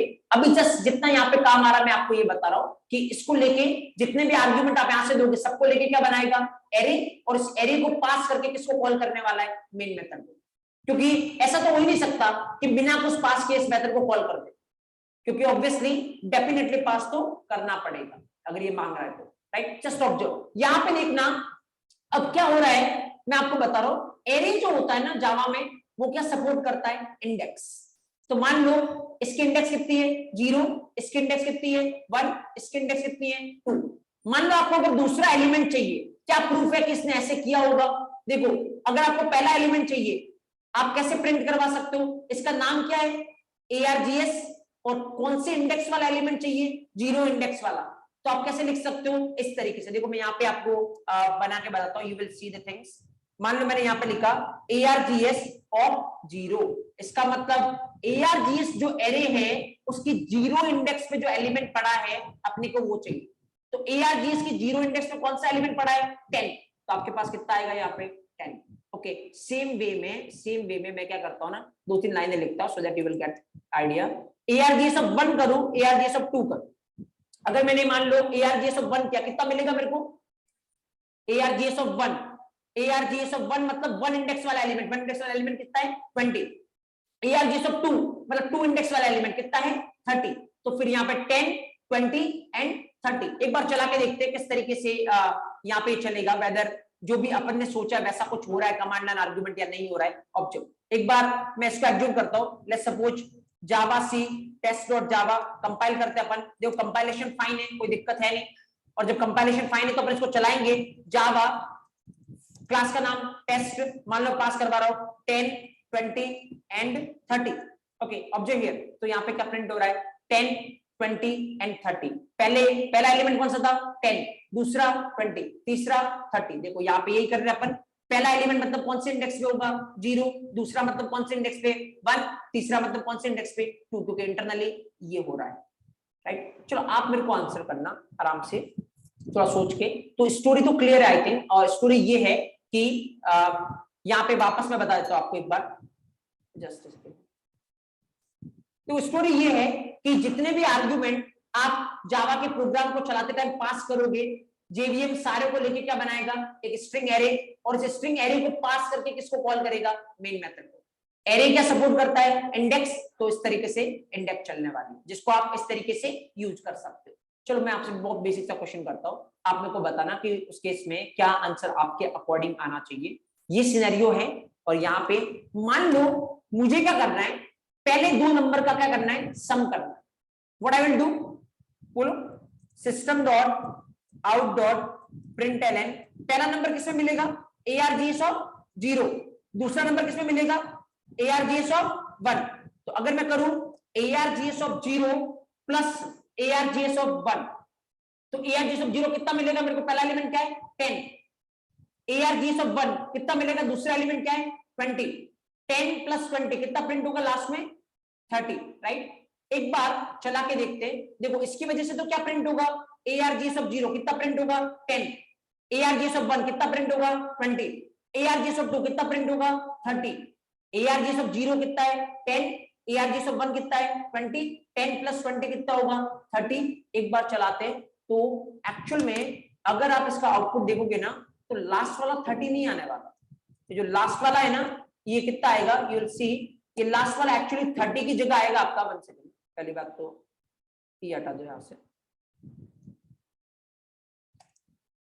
Okay just a minute, let me clear the console. एक बार कंपाइल करते हैं अपन, कंपाइलेशन इज फाइन, और चलाने की ट्राई करते हैं अपन इस तरीके से जावा टेस्ट 10 20 30। अगर चलाने की ट्राई करोगे लास्ट वाले का आउटपुट आएगा 1020 नॉट 30। देखो लास्ट वाले का आउटपुट कितना आ रहा है 1020। अब ये ऐसा क्यों हुआ, 10 प्लस 20 तो कितना होना चाहिए था 30। ये ऐसा इसलिए हुआ क्योंकि आप चीजों को ऑब्जर्व नहीं कर रहे हो। अगर आप चीजों को ऑब्जर्व कर रहे हो ना, तो यहाँ पे इतना तो आपने समझ लिया, एंड दैट इज गुड, कि जो भी आर्ग्यूमेंट आप पास करवाओगे जेवीएम उसको लेके क्या बनाएगा, एरे, और एरे को पास करके किसको कॉल करेगा, मेन मेथड को।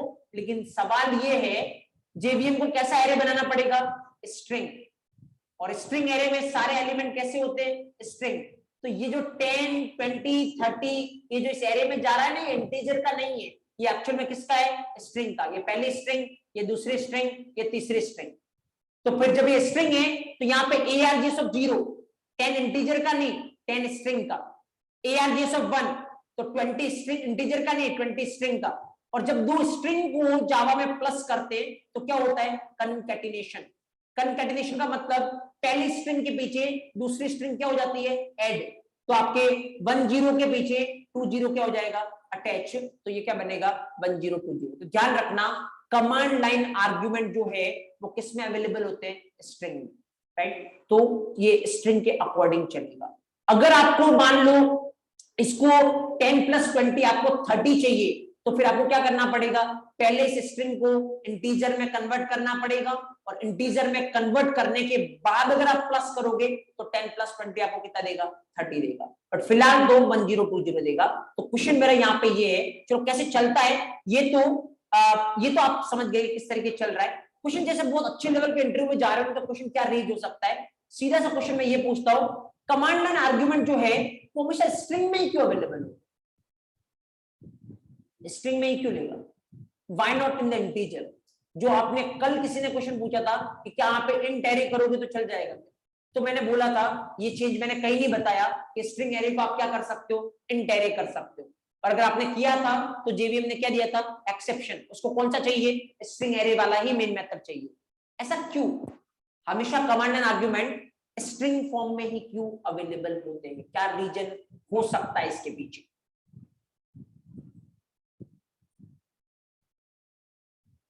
What can be the reason?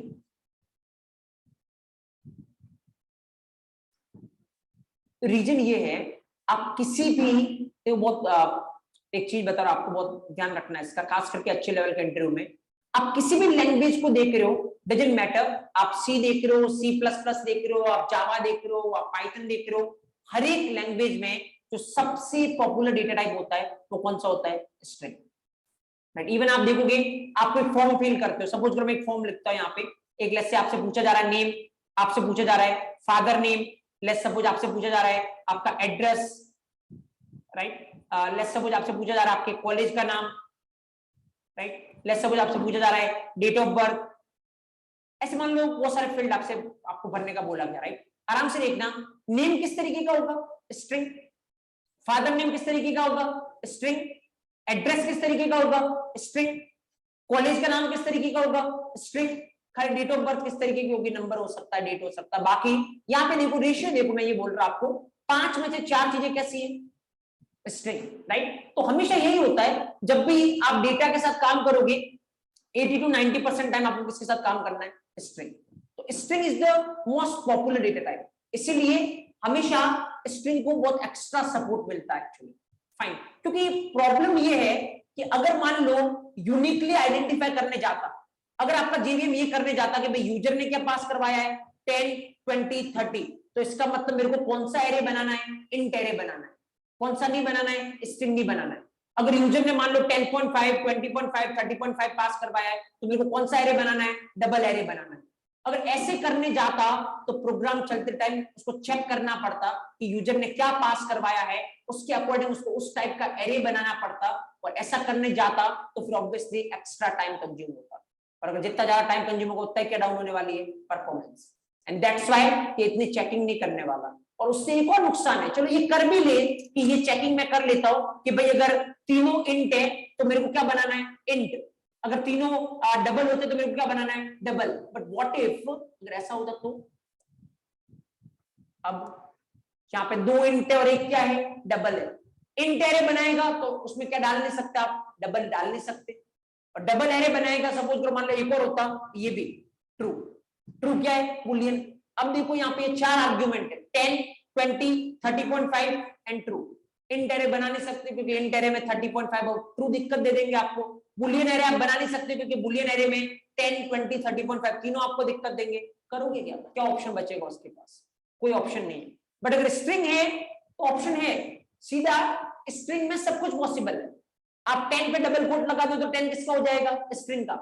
आप 20 पे डबल कोट लगा दो तो 20 किसका हो जाएगा? स्ट्रिंग का। आप 30.5 पे डबल कोट लगा दो, ये किसका हो जाएगा? स्ट्रिंग का। आप ट्रू पे डबल कोट लगा दोगे, किसका हो जाएगा? स्ट्रिंग का। किसी को भी किसमें कन्वर्ट कर सकते हैं? स्ट्रिंग में। इसीलिए अगर स्ट्रिंग एरे लिया है तो कोई दिक्कत नहीं, सारा विचार उसमें आ सकते हैं, इसमें आ सकते हैं। बट अगर ये मान लो इंट एरे होता तो फिर यहाँ पे दिक्कत रेज हो जाती। फाइन, तो दैट्स द प्रॉब्लम। तो बहुत सारी चीजें कंसीडर करनी पड़ेगी, इसीलिए क्योंकि स्ट्रिंग को कन्वर्ट करना इजी है, किसी को भी स्ट्रिंग में कन्वर्ट करना इजी है, और स्ट्रिंग सबसे पॉपुलर डेटा टाइप होता है, इसीलिए हमेशा कमांड एंड आर्गुमेंट किस फॉर्मेट में अवेलेबल होंगे? स्ट्रिंग फॉर्मेट में अवेलेबल होंगे, राइट। इवन आज अपन कमांड एंड आर्गुमेंट पढ़ रहे हैं, कल अपन ये भी पढ़ेंगे कि यूजर से इनपुट कैसे लेते जावा में।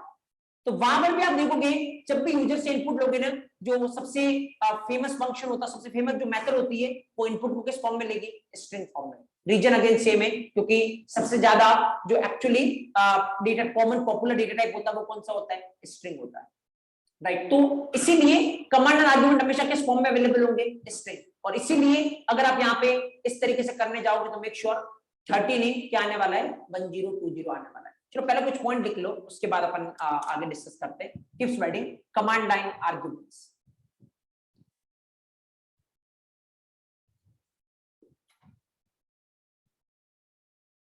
ओके, मैं आपके डाउट पे आ रहा हूँ पारस, जो भी आप अपने डाउट रेज किया मैं इस पे आ रहा हूँ। जस्ट पहले लिख लीजिए आप एक बार। हेडिंग डालिए command line arguments. Command line arguments. Command line arguments.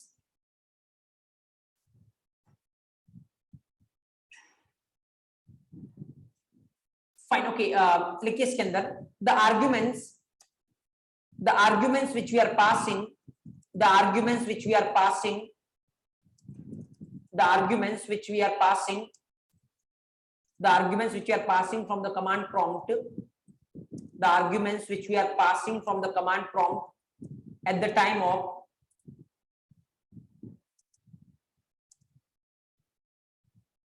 the argument which are passing from the command prompt at the time of execution of Java program, at the time of execution of Java program, the arguments which you are passing from command prompt at the time of execution of Java program are known as command line arguments. The arguments which we are passing from the command prompt at the time of execution of Java program are known as command line arguments. Second point, by using command line arguments, JVM will create one string array. By using command line arguments, JVM will create one string array, and by passing that string array,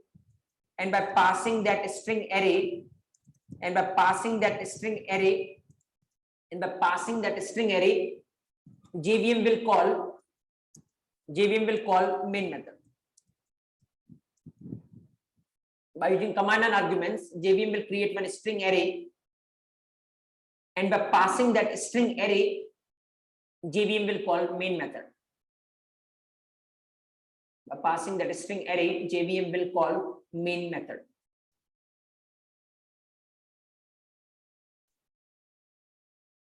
JVM will call main method, right?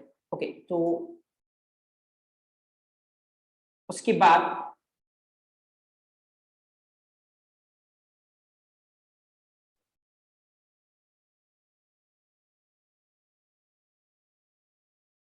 आप ये example mention कर ले, this one.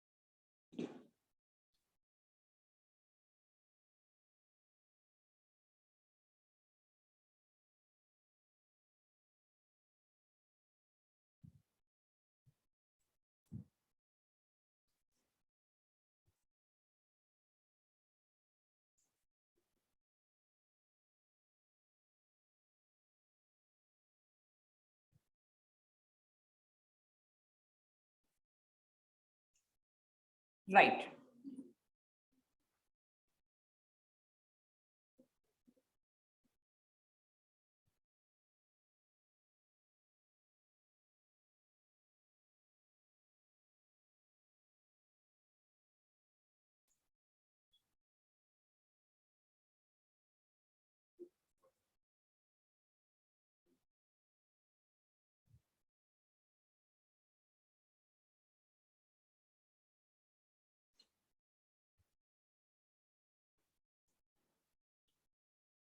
okay. Next then,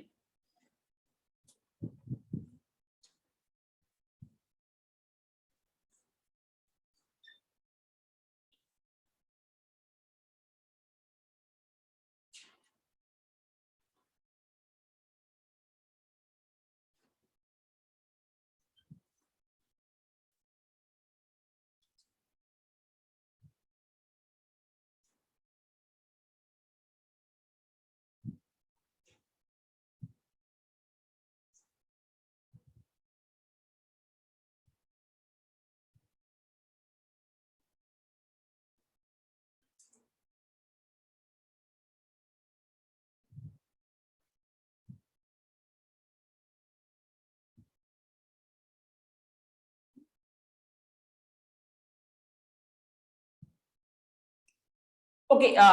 next देखते हैं अपन object here. जैसे मान लो अब यहाँ पे मैंने इस तरीके से लिखा, सपोज कि मैं इसको इस तरीके से कॉल करवाना चाह रहा हूँ, जावा टेस्ट 10+20, राइट.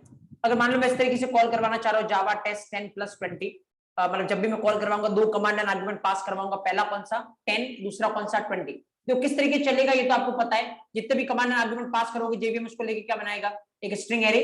तो ये 10 स्ट्रिंग का और ये 20 स्ट्रिंग का नाम जो भी आपने यहाँ पे दे रखा, क्या नाम दे रखा है, ARGS, नाम इसका ARGS। और इसको पास करके इस मेन मेथड को क्या करने वाला है, कॉल करने वाला है। जैसे इस मेन मेथड को कॉल करेगा, ARGS ऑफ 0 कितना है, स्ट्रिंग का 10, ARGS ऑफ 1 कितना है, स्ट्रिंग का 20, और स्ट्रिंग का 10 प्लस स्ट्रिंग का 20, रिजल्ट क्या आएगा 1020, नॉट 30। अगर मान लो आपको 30 चाहिए तो क्या करना पड़ेगा, पहले इस स्ट्रिंग के 10 को किसमें कन्वर्ट करना पड़ेगा, इंटीजर के 10 में। इस स्ट्रिंग के 20 को किसमें कन्वर्ट करना पड़ेगा, इंटीजर के 20 में। देखो अभी मैं आपको कन्वर्ट करके बताता हूं, लेकिन कन्वर्ट करने के लिए जो मैं लाइन लिखूंगा अभी के लिए आपको समझ आएगा नहीं, क्योंकि इसके लिए अपने को कुछ और चीज देखना पड़ेगा। बट फिलहाल मैं जस्ट एक बार आपको बताता हूं ऐसे, ताकि आपको थोड़ा पता रहे कि किस तरीके से आप ये कर सकते हो। ऑब्जेक्ट हियर, मानो मैं यहाँ पे कुछ लिख रहा हूँ, देन डोंट वरी कि मैं यहाँ पे क्या लिखने की ट्राई कर रहा हूँ। जस्ट ऑब्जेक्ट हियर, यहाँ पे जैसे ही मैं अपन इस तरीके से आपको कुछ लिखेंगे, ये देखो एक होता है अगर आपको कोई इंटीजर में कन्वर्ट करना है ना, तो अभी मैं इसको एक्सप्लेन करूंगा। तो ये है कि एक पार्सिंग नाम का मेथड होता है, जो कि कौन से क्लास में प्रेजेंट होता है, इंटीजर क्लास में। इसलिए मैंने कॉल किया, लेकिन अभी के लिए इंटीजर क्या होता है, पार्सिंग क्या होता है, आप इस पे दिमाग नहीं लगाए, क्योंकि एक टॉपिक पढ़ेंगे अपन java.lang, और वहां पे मैं आपको बताऊंगा जितने भी प्रिमिटिव डेटा टाइप है जावा में। जैसे कितने प्रिमिटिव डेटा टाइप जावा में, बाइट, शॉर्ट, हाँ, इंट, लॉन्ग, फ्लोट, डबल, कैर, बुलियन, सबके करस्पॉन्डिंग जावा में क्लास अवेलेबल है, राइट। जैसे इंट के करस्पॉन्डिंग क्लास का नाम क्या है, इंटीजर। और जो ये क्लास अवेलेबल है सब प्रिमिटिव डेटा टाइप के करस्पॉन्डिंग, इनको बोलते हैं टेक्निकली रैपर क्लास, राइट। तो वहां पे अपन पढ़ेंगे रैपर क्लास क्या होता है, क्या एडवांटेज है रैपर क्लास का, तब मैं आपको बताऊंगा। अभी के लिए आप खाली इतना सा ध्यान रखें कि जो भी आपने यहाँ पे पास करवाया है ARGS ऑफ 0, जो भी आप यहाँ पे स्ट्रिंग पास करवाओगे वो स्ट्रिंग किस में कन्वर्ट कर देगा, ये इंट में। और इंट में कन्वर्ट हो रहा है, इसीलिए इसको स्टोर करवाने के लिए मैंने कौन सा वेरिएबल लिया है, इंट। तो जो भी यहां से ARGS ऑफ 0 में क्या पड़ा है, स्ट्रिंग का 10, तो स्ट्रिंग का 10 किस में कन्वर्ट हो जाएगा, इंट के 10 में, और वो किस में स्टोर हो जाएगा, एक्स में। तो जो एक्स में स्टोर है वो आपका क्या है, इंट का 10। सेम आपको 20 को भी कन्वर्ट करना पड़ेगा, तो सेम लाइन को मैं कॉपी पेस्ट करके यहाँ पे लिखता हूँ, जस्ट ऑब्जेक्ट हियर, यहाँ पे ARGS ऑफ 1, और जो वेरिएबल है वो क्या ले लेता हूं मैं, y। तो ऑब्जेक्ट हियर सेम, जो भी आप यहाँ पे पास करवाओगे, क्या पास करवा रहे हैं यहाँ पे, स्ट्रिंग का 20, इसको ये किस में कन्वर्ट कर देगा, इंटीजर के 20 में, और किस में स्टोर हो जाएगा, y में। तो y में क्या स्टोर है, इंट का 20, राइट। अब जैसे मान लो अगर मेरे को 30 चाहिए, तो मैं क्या बोलूंगा, x plus Y, X plus Y बोलूंगा, तो इंट का 10 प्लस इंट का 20, रिजल्ट क्या आएगा 30। और अगर मैं ARGS of 0 plus ARGS of 1 बोलूंगा, तो रिजल्ट क्या आएगा 1020, क्योंकि स्ट्रिंग का 10 प्लस स्ट्रिंग का 20। तो फिर अगर मेरे को 30 चाहिए, तो फिर मैं यहाँ पे इस लाइन को किस तरीके से लिखने वाला हूँ, इस लाइन को मैं ऐसे लिखने वाला हूँ, यहाँ पे मैं लिख सकता हूँ इसको x प्लस वाई। जैसे मैं x प्लस वाई करूंगा, तो यहाँ पे मेरे को कितना मिलेगा 30, क्योंकि x में क्या स्टोर है, ये स्ट्रिंग का जो भी 10 था वो इंट का 10 स्टोर हो गया x में, जो स्ट्रिंग का 20 था वो इंट में कन्वर्ट हुआ और इंट का 20 स्टोर हो गया y में। तो x प्लस वाई मतलब अपने को 30 मिलने वाला है। एक बार इसको चला के देखते हैं अपन, लेट मी सेव दिस, और अगर इसको चलाए अपन, क्लियर द कंसोल, देखो compilation that is fine, fine. Run करने के ट्राई करते हैं अपन, जावा टेस्ट, मैं लिखता हूँ 1020, तो फिर यू विल सी, देखो पहले क्या आ रहा है 1020, और बाद में क्या आ रहा है आपका 30। तो बाय डिफॉल्ट जो कमांड एंड आर्गुमेंट है वो किसमें अवेलेबल होते हैं, स्ट्रिंग में। अगर आपको इंटीजर चाहिए तो पहले उनको क्या करना पड़ेगा, कन्वर्ट करना पड़ेगा, और कन्वर्ट करने के बाद फिर आप उसको यूज कर सकते हो। जैसे कन्वर्ट किया और उसके बाद अगर यूज कर रहे हो तो आपको इंटीजर के अकॉर्डिंग रिजल्ट मिल जाएगा। अगर डायरेक्ट करोगे तो फिर आपको स्ट्रिंग के अकॉर्डिंग रिजल्ट मिलने वाला, राइट। तो जस्ट एग्जांपल मेंशन कर लो दिस वन।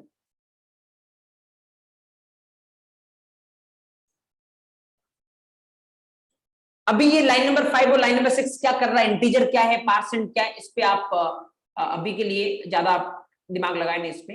बस जस्ट आपको इतना ध्यान रखना है कि यहाँ पे जो भी आप पास करोगे स्ट्रिंग का, ये इसको इंट में कन्वर्ट कर देगा। बाकी इसको अपन डिटेल में डिस्कस करेंगे।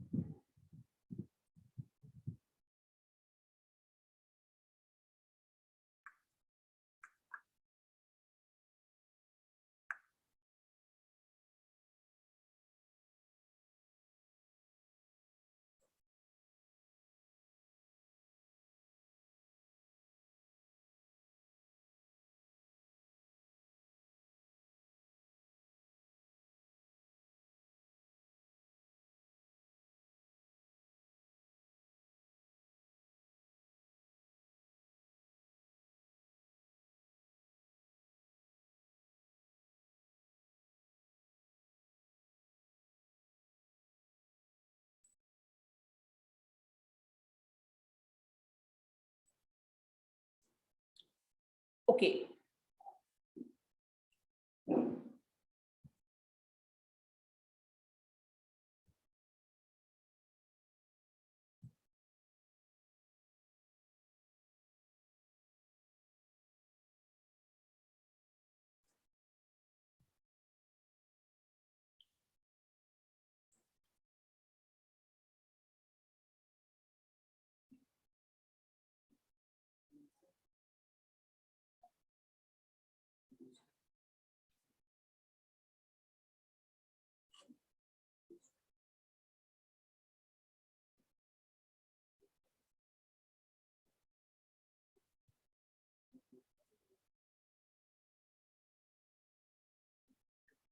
ओके फाइन देन नेक्स्ट जैसे मैं आपको एक क्वेश्चन पूछता हूँ तो आप बताना उस केस में क्या आउटपुट आना चाहिए उसका।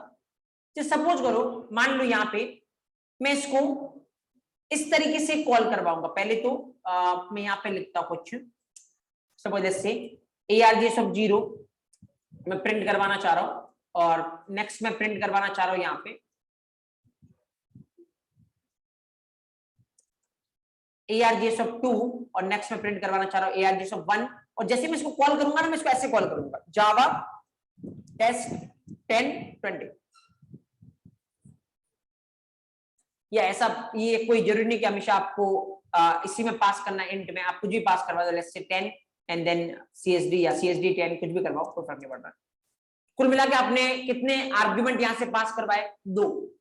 दो कमांड एंड आर्गुमेंट पास करवा रहे हो। पहला कौन सा है CSD, दूसरा कौन सा है 10। अच्छा मेरे को बताओ इस केस में आउटपुट क्या आएगा आपके अकॉर्डिंग?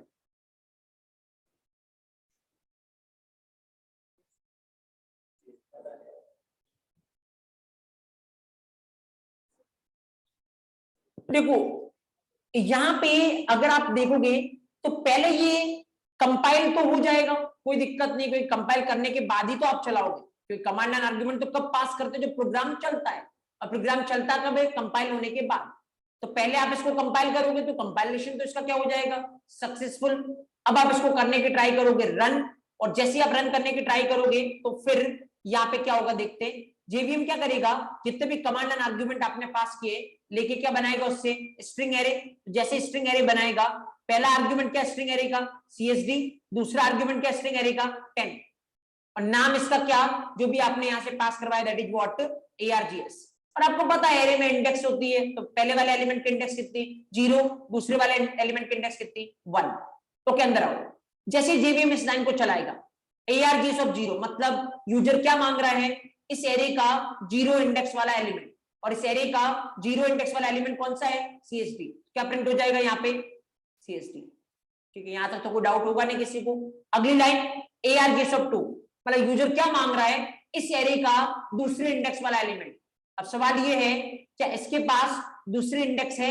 नहीं। और अगर नहीं है मतलब चलते चलते किसको प्रॉब्लम हुई? जेवीएम को। और अगर चलते चलते जेवीएम को प्रॉब्लम हुई तो जेवीएम आपको क्या देने वाला है? एक्सेप्शन। मतलब जेवीएम जो एरर देगा उसको क्या बोलते हैं? एक्सेप्शन।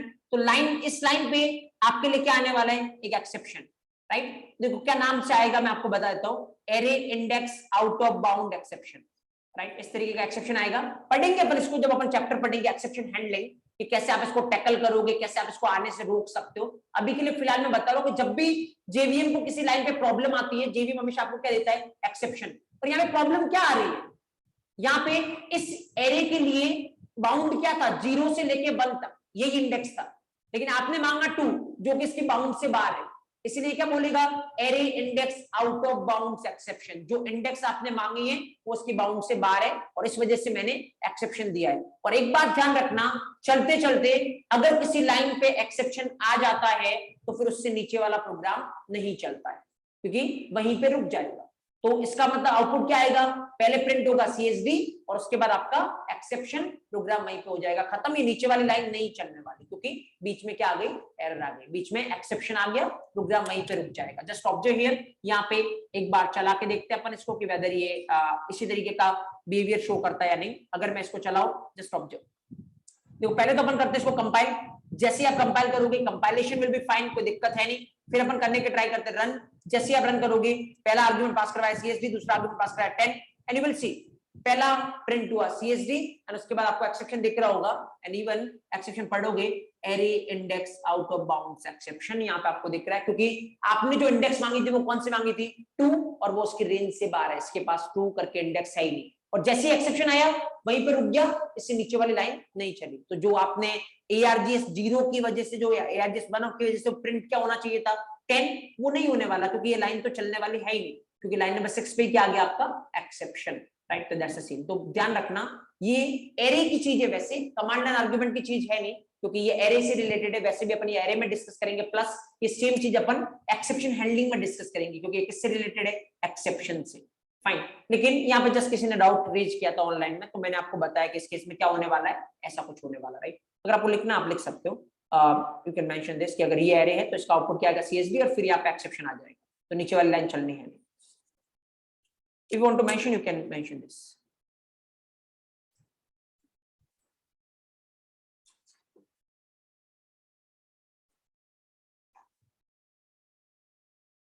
हाँ, आप खुद डिसाइड करते हो कैसे इंडेक्सिंग, क्या पहला जो एलिमेंट होगा वो 0 इंडेक्स पे जाएगा, दूसरा जो एलिमेंट होगा 1 इंडेक्स पे जाएगा। डायनेमिक एरे भी बन सकता है ना, यहाँ पे वहां पे पहले से आपको साइज देनी पड़ती है, जैसे अगर आपने पहले से साइज दी, कितनी साइज का एरे बनाना चाह रहे हो 5 साइज का, तो कितनी साइज का एरे बनेगा 5, तो ये तो कौन सा एरे हो गया, स्टैटिक एरे। स्टैटिक मतलब पहले से जहां पे आप एरे की साइज देते हो। जावा में आप डायनेमिक एरे भी बना सकते हो, मतलब प्रोग्राम चलते चलते आप बता सकते हो कि आपको कितनी साइज का एरे बनाना है। इवन सी में भी आप कर सकते हो, अगर आपको मैलॉक कैलॉक का आइडिया है तो आप वहां से कर सकते हो, अब C++ में भी कर सकते हो। तो ये एरे कौन सा बन रहा है, डायनेमिक बन रहा है, कितनी साइज का बनेगा कब डिसाइड हो रहा है, जब आप प्रोग्राम को चला रहे हो, क्योंकि आपने अगर 2 कमांड एंड आर्गुमेंट पास किए तो कितनी साइज का एरे बनेगा 2 साइज का, अगर आपने 5 कमांड एंड आर्गुमेंट दिए तो 5 साइज का, 100 कमांड एंड आर्गुमेंट दिए तो 100 साइज का। This is dynamic array actually. No worry, अपन एरे में डिस्कस करेंगे सारा, स्टैटिक एरे, डायनेमिक एरे।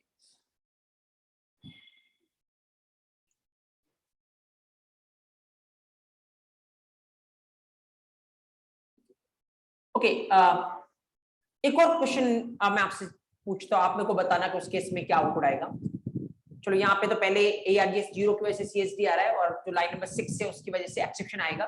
अभी आपको एक्सेप्शन का नाम वाम लिखने की रिक्वायरमेंट नहीं, खाली आप एक्सेप्शन लिख लीजिए, क्योंकि ये अपन डिस्कस करेंगे बाद में। खाली इतना कि लाइन नंबर 6 पे आपका एक्सेप्शन आएगा, और ये मैं ऑलरेडी बता चुका हूँ कि एक्सेप्शन बोलने का मतलब कौन दे रहा है, JVM। एरर बोलने का मतलब कौन दे रहा है, compiler. This is understood, right.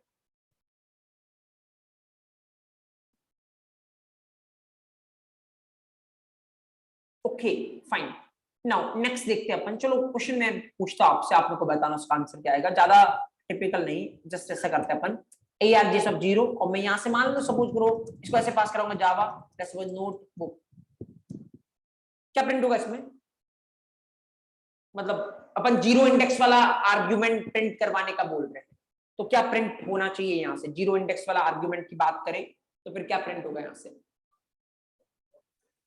Obviously flow क्या चलने वाला है आपको पता है, जितने भी आर्गुमेंट आपने पास करवाए हैं उनको लेके क्या बनाएगा JVM आपका, एक एरे। तो अगर एक एरे बनता है तो वो ये है, जिसका पहला आर्गुमेंट क्या होगा, नोट, और जिसका दूसरा आर्गुमेंट क्या होगा, बुक। ओके फाइन, तो यहाँ पे ऑब्जेक्ट ना, पहला आर्गुमेंट नोट, दूसरा आर्गुमेंट क्या हो गया, बुक। नाउ क्या नाम दिया इसका आपने एरे का, ARGS, क्योंकि इसको पास करवा के JVM किसको कॉल करवाएगा, मेन मेथड को। आप क्या प्रिंट करवा रहे हो, ARGS ऑफ 0, मतलब जो 0 इंडेक्स पे पड़ा है उसको आप प्रिंट करवा रहे हो, 0 इंडेक्स पे क्या पड़ा है, नोट, तो आपका क्या प्रिंट होने वाला है, नोट प्रिंट होने वाला, राइट। देखो मैं ये क्यों बता रहा हूँ इसके पीछे, अब समझना आप यहाँ पे, यहाँ तक तो कोई दिक्कत नहीं आपको, क्योंकि वैसे भी बहुत एग्जांपल अपन देख चुके हैं, आपको पता है कि नोट प्रिंट होने वाला है। Let me clear the console, पर यहाँ पे अगर आप इसको चला के देखो, कंपाइलेशन इज फाइन, कोई दिक्कत है नहीं। और अगर यहाँ पे मैं इसको इस तरीके से लिखूं, note and then book, right, तो यहाँ पे नोट आएगा, there is no doubt at all. क्या प्रिंट हो रहा है, नोट प्रिंट हो रहा है, क्योंकि 0 इंडेक्स वाला आपने मांगा, 2 आर्ग्यूमेंट है तो 0 इंडेक्स इसको मिलेगी पहले वाले को, और पहले वाला कौन है, नोट, राइट। ऑब्जर्व करना, क्वेश्चन में आपसे ये कर रहा हूं कि मान लो, क्योंकि आपको पता नोटबुक एक सिंगल वर्ड है, नोटबुक जनरली 2 वर्ड नहीं है, लेकिन आपने अगर ऐसे पास करवाए तो ये तो कितने वर्ड माने जा रहे हैं, 2। नोट एक अलग आर्ग्यूमेंट बन रहा है और बुक एक अलग बन रहा है, राइट। क्यों, क्योंकि कमांड लाइन आर्ग्यूमेंट कितने हैं ये आपका JVM कैसे डिसाइड करता है, स्पेस देख के। जैसे बीच में स्पेस मिला मतलब वो अलग है। जैसे अभी तक आप हमेशा 10, 20, 30 और इस तरीके से पास करवा रहे थे, तो कैसे पास करवा रहे थे? 10 स्पेस 20 स्पेस 30। इसका मतलब क्या है? 10 एक अलग आर्ग्यूमेंट है, 20 एक अलग आर्ग्यूमेंट है और 30 एक अलग आर्ग्यूमेंट है। टोटल कितने आर्ग्यूमेंट हो गए? 3, राइट। तो ऑब्जर्व हियर, यहाँ पे जैसे स्पेस मिलेगा आपका जेवीएम इसको अलग आर्ग्यूमेंट ट्रीट करेगा, नोट एक अलग है, बुक एक अलग है। तो कभी अगर आपको ऐसा आर्ग्यूमेंट देना हो कमांड एंड आर्ग्यूमेंट से जिसमें स्पेस खुद में ही आ रहा है, जैसे नोटबुक वर्ड जब लिखोगे तो इसमें खुद में ही स्पेस आ रहा है, तो अगर आप ऐसे दोगे तो दो आर्ग्यूमेंट बन जाएंगे, नोट अलग बुक अलग। तो अगर आपको इसको एक ही आर्ग्यूमेंट बनाना है तो फिर आप क्या कर सकते हो? तो फिर आप इसको डबल कोट के अंदर क्लोज कर सकते हो। अगर आप इसको डबल कोट में क्लोज करोगे ना तो फिर आपका जेवीएम क्या समझेगा? अच्छा, जब तक ये डबल कोट खत्म नहीं होता तब तक एक ही आर्ग्यूमेंट है, अब मेरे को स्पेस नहीं देखना है। तो इसका मतलब पूरा नोटबुक एक ही आर्ग्यूमेंट है, तो पूरा नोट स्पेस बुक एक आर्ग्यूमेंट है। तो कितनी साइज का यहाँ पे एरे बनेगा? एक साइज का, क्योंकि एक ही आर्ग्यूमेंट आपने पास करवाया और उसकी इंडेक्स कितनी होगी? 0। हो सकता है इसके बाद अगर आप एक और पास करवाओ 10 तो 2 साइज का बनेगा, तो उसका इंडेक्स कितना होगा? 1। तो यहाँ पे अगर आप ARG सब 0 प्रिंट करवाओगे, क्या प्रिंट होगा? नोटबुक। मतलब मैं आपको ये बताना चाह रहा हूं कि अगर किसी आर्ग्यूमेंट में स्पेस खुद में ही आ रहा है, उसको आपको एक ही ट्रीट करवाना है, तो फिर आप क्या कर सकते हो? डबल कोट में क्लोज कर सकते हो। जैसे ऑब्जेक्ट हियर, यहाँ पे मैं इसको चला के दिखाता हूं आपको। यहाँ पे मैं इसको एनक्लोज करता हूं डबल कोट में, note and then book, right. या और यहाँ पे मान लो एक और आर्गुमेंट दे देता हूं मैं, कौन सा? 10। Fine, okay. Just object here, तो यहाँ पे अगर आप देखोगे दो आर्गुमेंट मैंने पास करवाए, दो ही आर्गुमेंट है, तीन नहीं है, क्योंकि डबल कोट से स्टार्ट हुआ था, ये पूरा डबल कोट खत्म होगा तब तक एक आर्गुमेंट, फिर स्पेस के बाद ये दूसरा argument. There are two argument. यहाँ पे अगर आप ARG सब 0 मांगोगे आपको क्या मिलेगा? Notebook, right. Just object here, 1 second ना, ये अलग से अपने लगा के, तो यहाँ पे आप देखोगे क्या मिलेगा? नोटबुक। और ये वाला जस्ट अपनी वजह से आ रहा है स्पेस, इसकी वजह से कुछ नहीं आ रहा है। यहाँ पे आप देखो क्या प्रिंट हो रहा है आपका? नोटबुक। ARG सब 0 पे क्या पड़ा है? पहला पूरा आर्गुमेंट, राइट। तो अगर किसी आर्गुमेंट में स्पेस आ रहा है उसको डबल कोट में एनक्लोज कर सकते हो। जस्ट राइट इट डाउन, लिखिए, आप एक पॉइंट लिख लीजिए।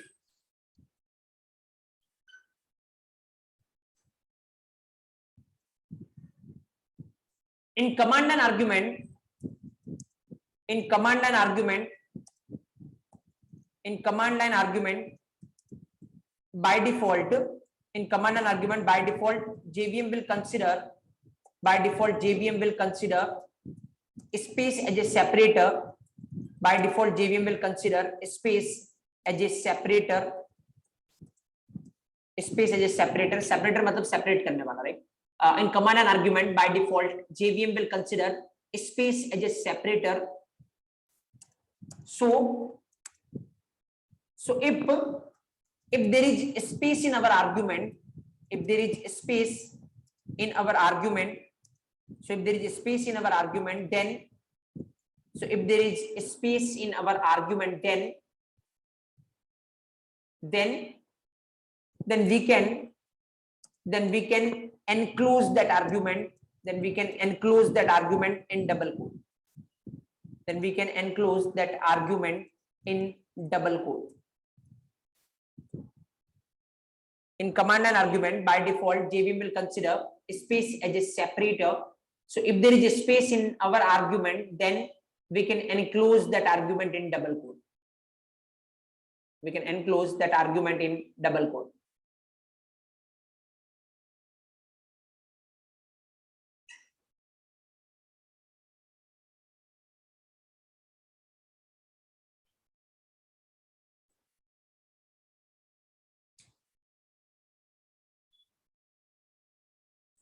Fine. Just you can write on the example, this one, कि मान लो ये एग्जाम्पल है, अगर आपने इसको ऐसे लिखा जावा नोटबुक, राइट, तो फिर आपका जो आउटपुट आएगा वो क्या आएगा? नोट। आपका आउटपुट आएगा नोट। और अगर आपने इसको ऐसे लिखा जावा नोटबुक, तो आपने इसको डबल कोट में एनक्लोज किया, तो फिर जो आपका आउटपुट आएगा वो आएगा नोटबुक, क्योंकि अब ये पूरा एक ही आर्ग्यूमेंट है।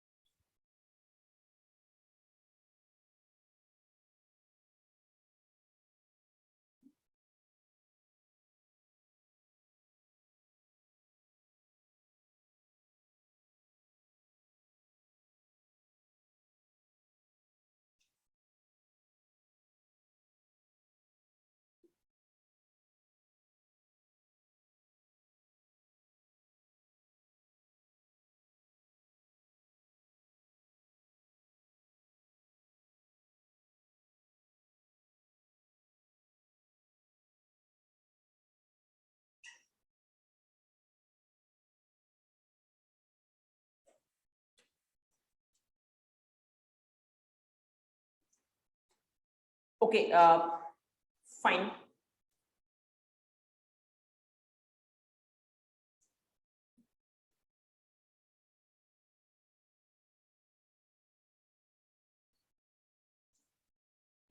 So that is the thing regarding command and argument. Command and argument किस तरीके से वर्क करते हैं, क्या कुछ चीजें आपको ध्यान में रखने की रिक्वायरमेंट है जब अपन कमांड एंड आर्गुमेंट की बात करते हैं, राइट। तो अगर अपन क्विकली समराइज करें इस चीज को कि क्या कमांड एंड आर्गुमेंट पे अपन डिस्कस किया है, तो फिर object here what is command and argument. चलो पहली बात, जो भी आर्गुमेंट आप कमांड प्रॉम्प्ट से पास करवाओगे वो क्या होते हैं, कमांड एंड आर्गुमेंट। क्या रोल होता है, कमांड एंड आर्गुमेंट को लेके जेवीएम स्ट्रिंग एरे बनाएगा और उस स्ट्रिंग एरे को पास करके किसको कॉल करता है, मेन मेथड को, राइट। स्ट्रिंग एरे ही क्यों, क्योंकि स्ट्रिंग में कोई भी इजीली कन्वर्ट हो सकता है, पहली बात। और स्ट्रिंग क्या होता है, पॉपुलर डेटा टाइप होता है, तो मैक्सिमम टाइम वैसे भी जरूरत किसकी पड़ने वाली है, स्ट्रिंग की ही पड़ने वाली है, राइट। ओके, तीसरा अगर आप देखोगे तो कमांड एंड आर्गुमेंट में अगर आपको स्ट्रिंग के अलावा फिर कुछ करना है ऑपरेशन, तो पहले आपको क्या करना पड़ेगा, कन्वर्ट करना पड़ेगा, राइट। चौथा अगर आप देखोगे तो कमांड एंड आर्गुमेंट में जो सेपरेटर बाय डिफॉल्ट होता है वो कौन सा होता है, स्पेस। तो अगर आपको कोई ऐसा आर्गुमेंट आपको पास करना है जिसमें स्पेस खुद में ही आ रहा है, तो फिर आप उसको किसमें एनक्लोज करोगे, डबल कोट में, जिससे ये इंडिकेशन दोगे जेवीएम को कि स्पेस के भी आपको इसको सेपरेट मत करना, इसमें खुद में ही क्या आ रहा है, स्पेस आ रहा है, राइट। तो that is a chain what is command and argument. अब अगर वापस से अपन मेन मेथड का सिंटेक्स अगर यहाँ पे लिखे, public static void main fine, then string array args fine. तो यहाँ पे अगर आप देखोगे, अब आपको एक एक चीज का पता है कि क्या होता है। अब आपको पता है पब्लिक क्यों होता है इसके सिंटेक्स में, क्योंकि कहीं से भी क्या कर सकते हो एक्सेस। स्टैटिक क्यों होता है, क्योंकि बिना ऑब्जेक्ट के आप एक्सेस कर सकते हो।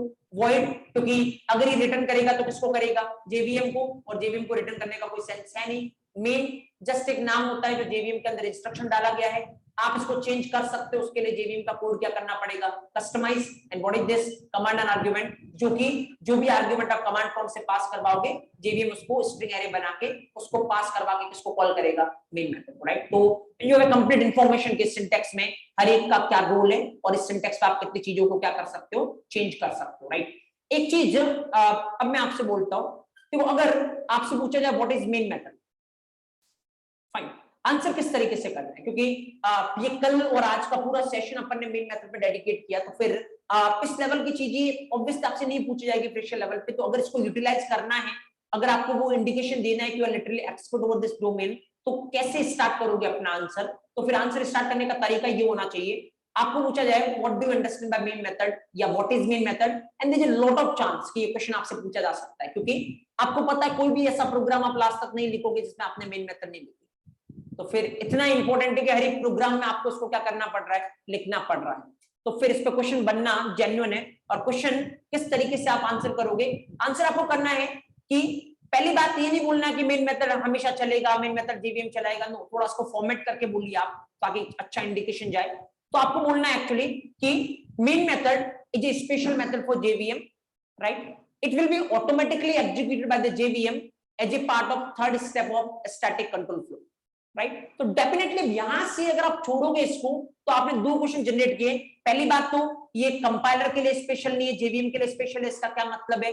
दूसरी बात स्टैटिक कंट्रोल फ्लो का क्या मतलब है। यहां से दो क्वेश्चन तो आपने रेज कर लिए, राइट। अब या फिर इवन आप इसको यहां पर भी मत छोड़े, क्योंकि मैं आपको बोलता हूं 90% केस में तो इंटरव्यूअर आपको यहीं पर रोक के ये पूछ लेगा स्टैटिक कंट्रोल फ्लो क्या होता है या स्पेशल का मतलब क्या होता है। देखो स्पेशल का मतलब आपको पता है कि कंपाइलर जो बाकी मेथड में चेक करता उतना ही चेक करेगा किसको, मेन मेथड में भी। बाकी जो एक्स्ट्रा स्टेप है कि वेदर ये पब्लिक नहीं होगा तो क्या होगा, स्टैटिक नहीं होगा तो क्या होगा, ये सब कौन चेक करता है, जेवीएम। और अगर इसमें कोई प्रॉब्लम है तो आपको एक्सेप्शन कौन देता है, JVM. That's why it comes under special category of JVM, right. तो फिर या तो आपसे ये क्वेश्चन पूछा जा सकता है कि आपने ऐसा क्यों मेंशन किया, या ये पूछा जाए स्टैटिक कंट्रोल फ्लो क्या होता है, इसका भी आंसर आपके पास होगा जब अपन नेक्स्ट टॉपिक पढ़ेंगे, राइट। या फिर अगर आपको यहाँ पे नहीं रोक के बीच में, तो फिर आप थोड़ा आगे और कैरी ऑन कर सकते हो। तो जैसे अभी तक आपने बोला main method is special method for JVM and it will be automatically executed by the JVM as a part of third step of static control flow. Although main method syntax is very strict, but still we can perform exactly 5 changes over main method.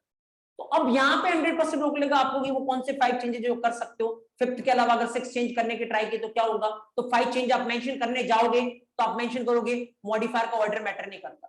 तो एक question यहाँ से ये बनेगा, again modifier का order क्यों matter नहीं करता।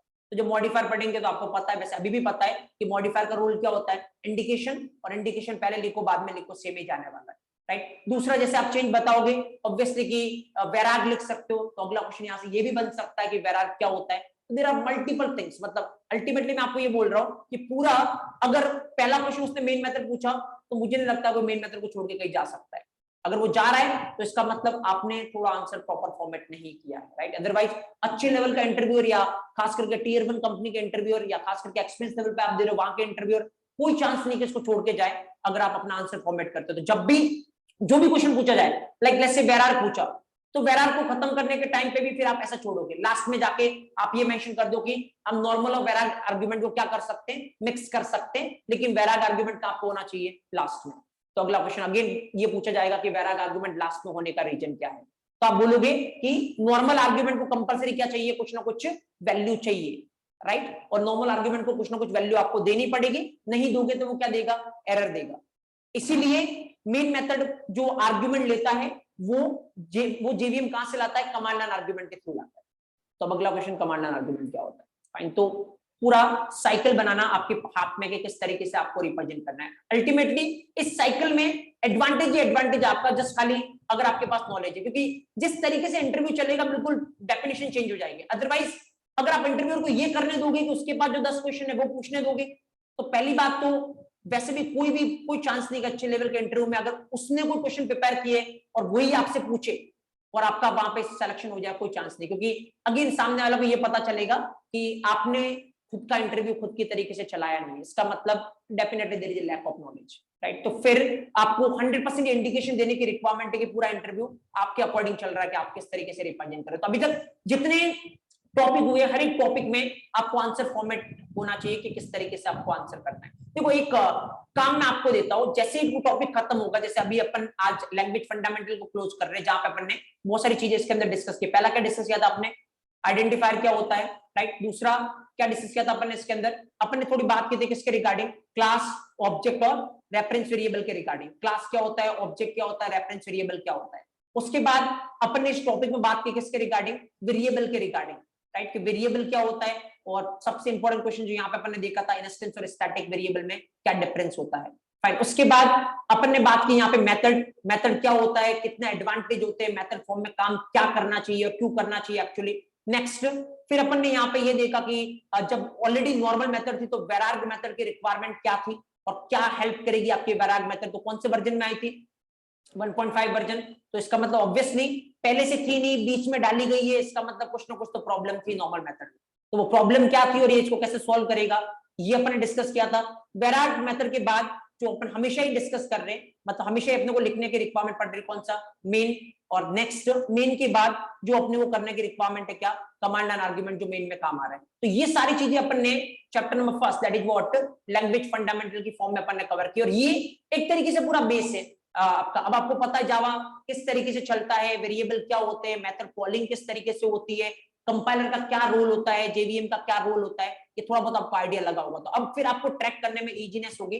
तो आपको कुछ क्वेश्चन मिलेंगे इन पे, जो भी ये टॉपिक है ना, इस पे कितने तरीके के क्वेश्चन बन सकते हैं वो आपको मिलेंगे। आपको क्या करना है, उसका best possible answer figure out करके रखना है कि आप अगर रियल इंटरव्यू में रिप्रेजेंट करते हो खुद को तो किस तरीके से उसका आंसर दोगे, राइट। उसके बाद एक्चुअल में हर एक टॉपिक का एट द एंड मैं आपको बताने वाला हूं कि अगर आपकी जगह मैं होता तो इन सारे क्वेश्चन का आंसर किस तरीके से देता, so that you can compare with yourself कि आपने जो लिख रखा है, जो मैं आंसर दे रहा हूं, दोनों में फर्क क्या है, आप कहां पे एंड कर रहे हो आंसर को, मैं कहां पे एंड कर रहा हूं, राइट। तो फिर आप अकॉर्डिंगली अपने आंसर में चेंज कर सकते हो एंड देन उस तरीके से प्रिपेयर कर सकते हो कि जब भी रियल इंटरव्यू में जाओगे आपका आंसर कैसे करना है, राइट। तो ये पूरा पैटर्न है जो अपन फॉलो करेंगे।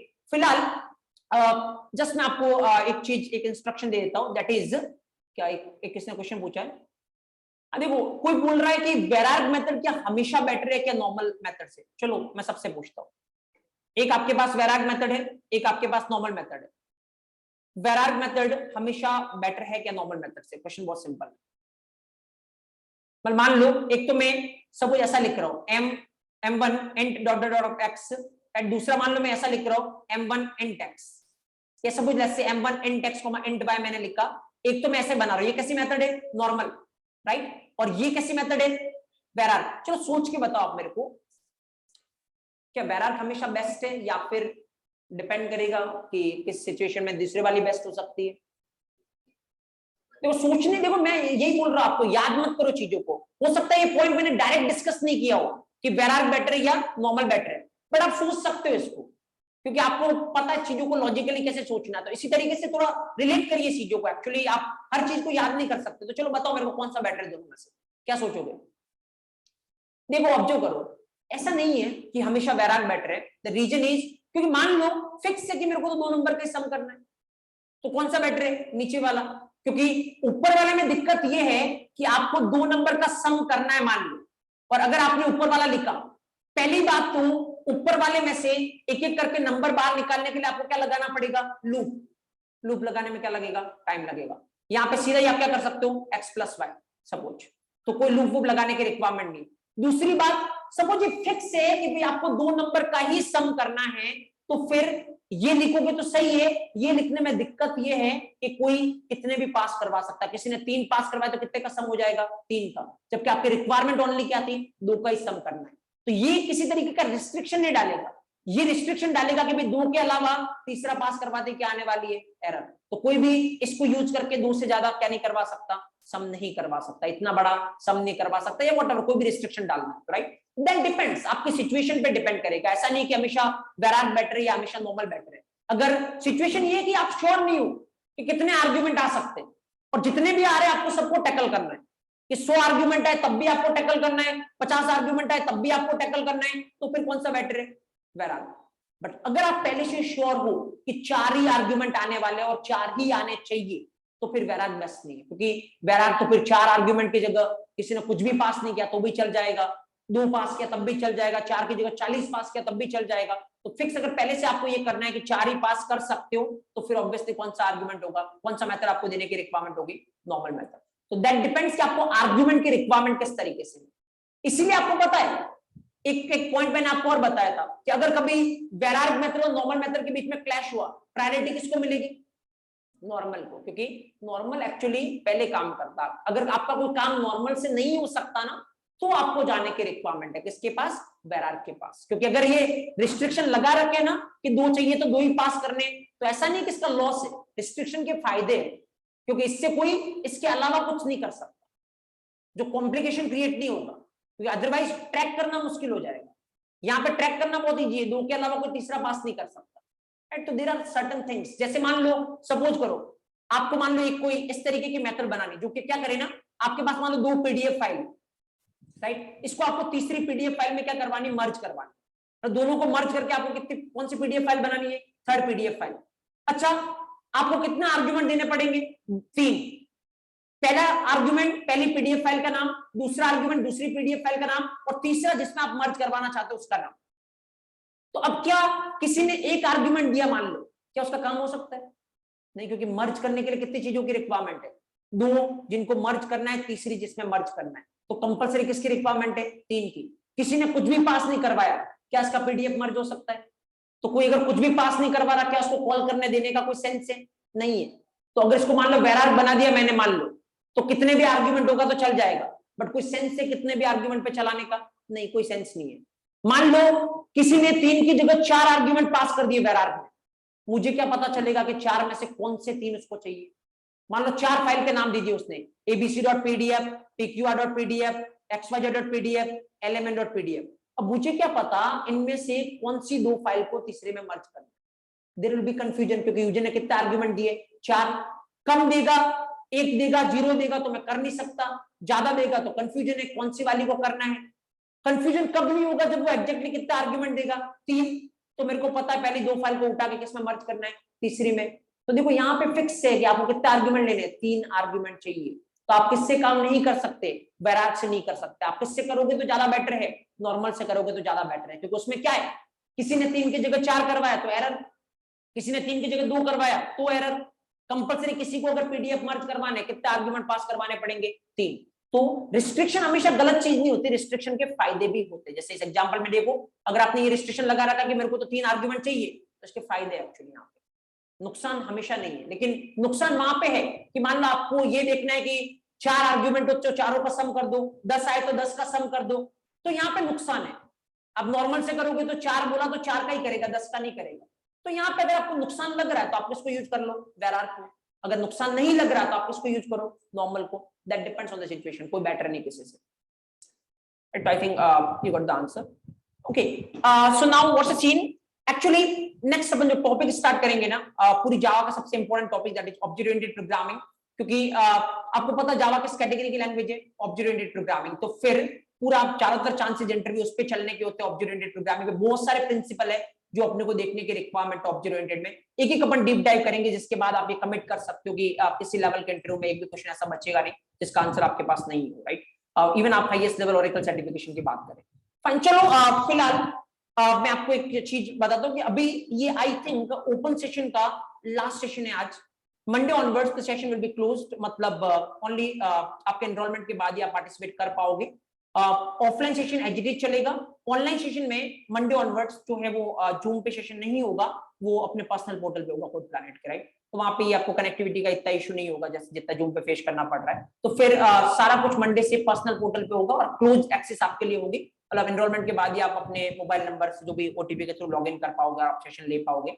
इवन ऑटोमेटेड प्रोसेस है, जैसे अभी आपको रिकॉर्डिंग के लिए वेट करना पड़ता होगा कि यूट्यूब पे रिकॉर्डिंग आती है, पोर्टल की एक्सेस इवन ऑफलाइन वालों के पास भी रहेगी। तो पोर्टल पे ऑनलाइन वाले पोर्टल से ही क्लास ले सकते हैं, लाइव क्लास, ऑफलाइन वाले ऑफलाइन ले सकते हैं क्लास। लेकिन पोर्टल पे एक और चीज है, और वो इंपॉर्टेंट चीज ये है कि ऑटोमेटिक सेशन होने के with in 2 to 3 hours recording आपको वहीं पे अवेलेबल हो जाएगी।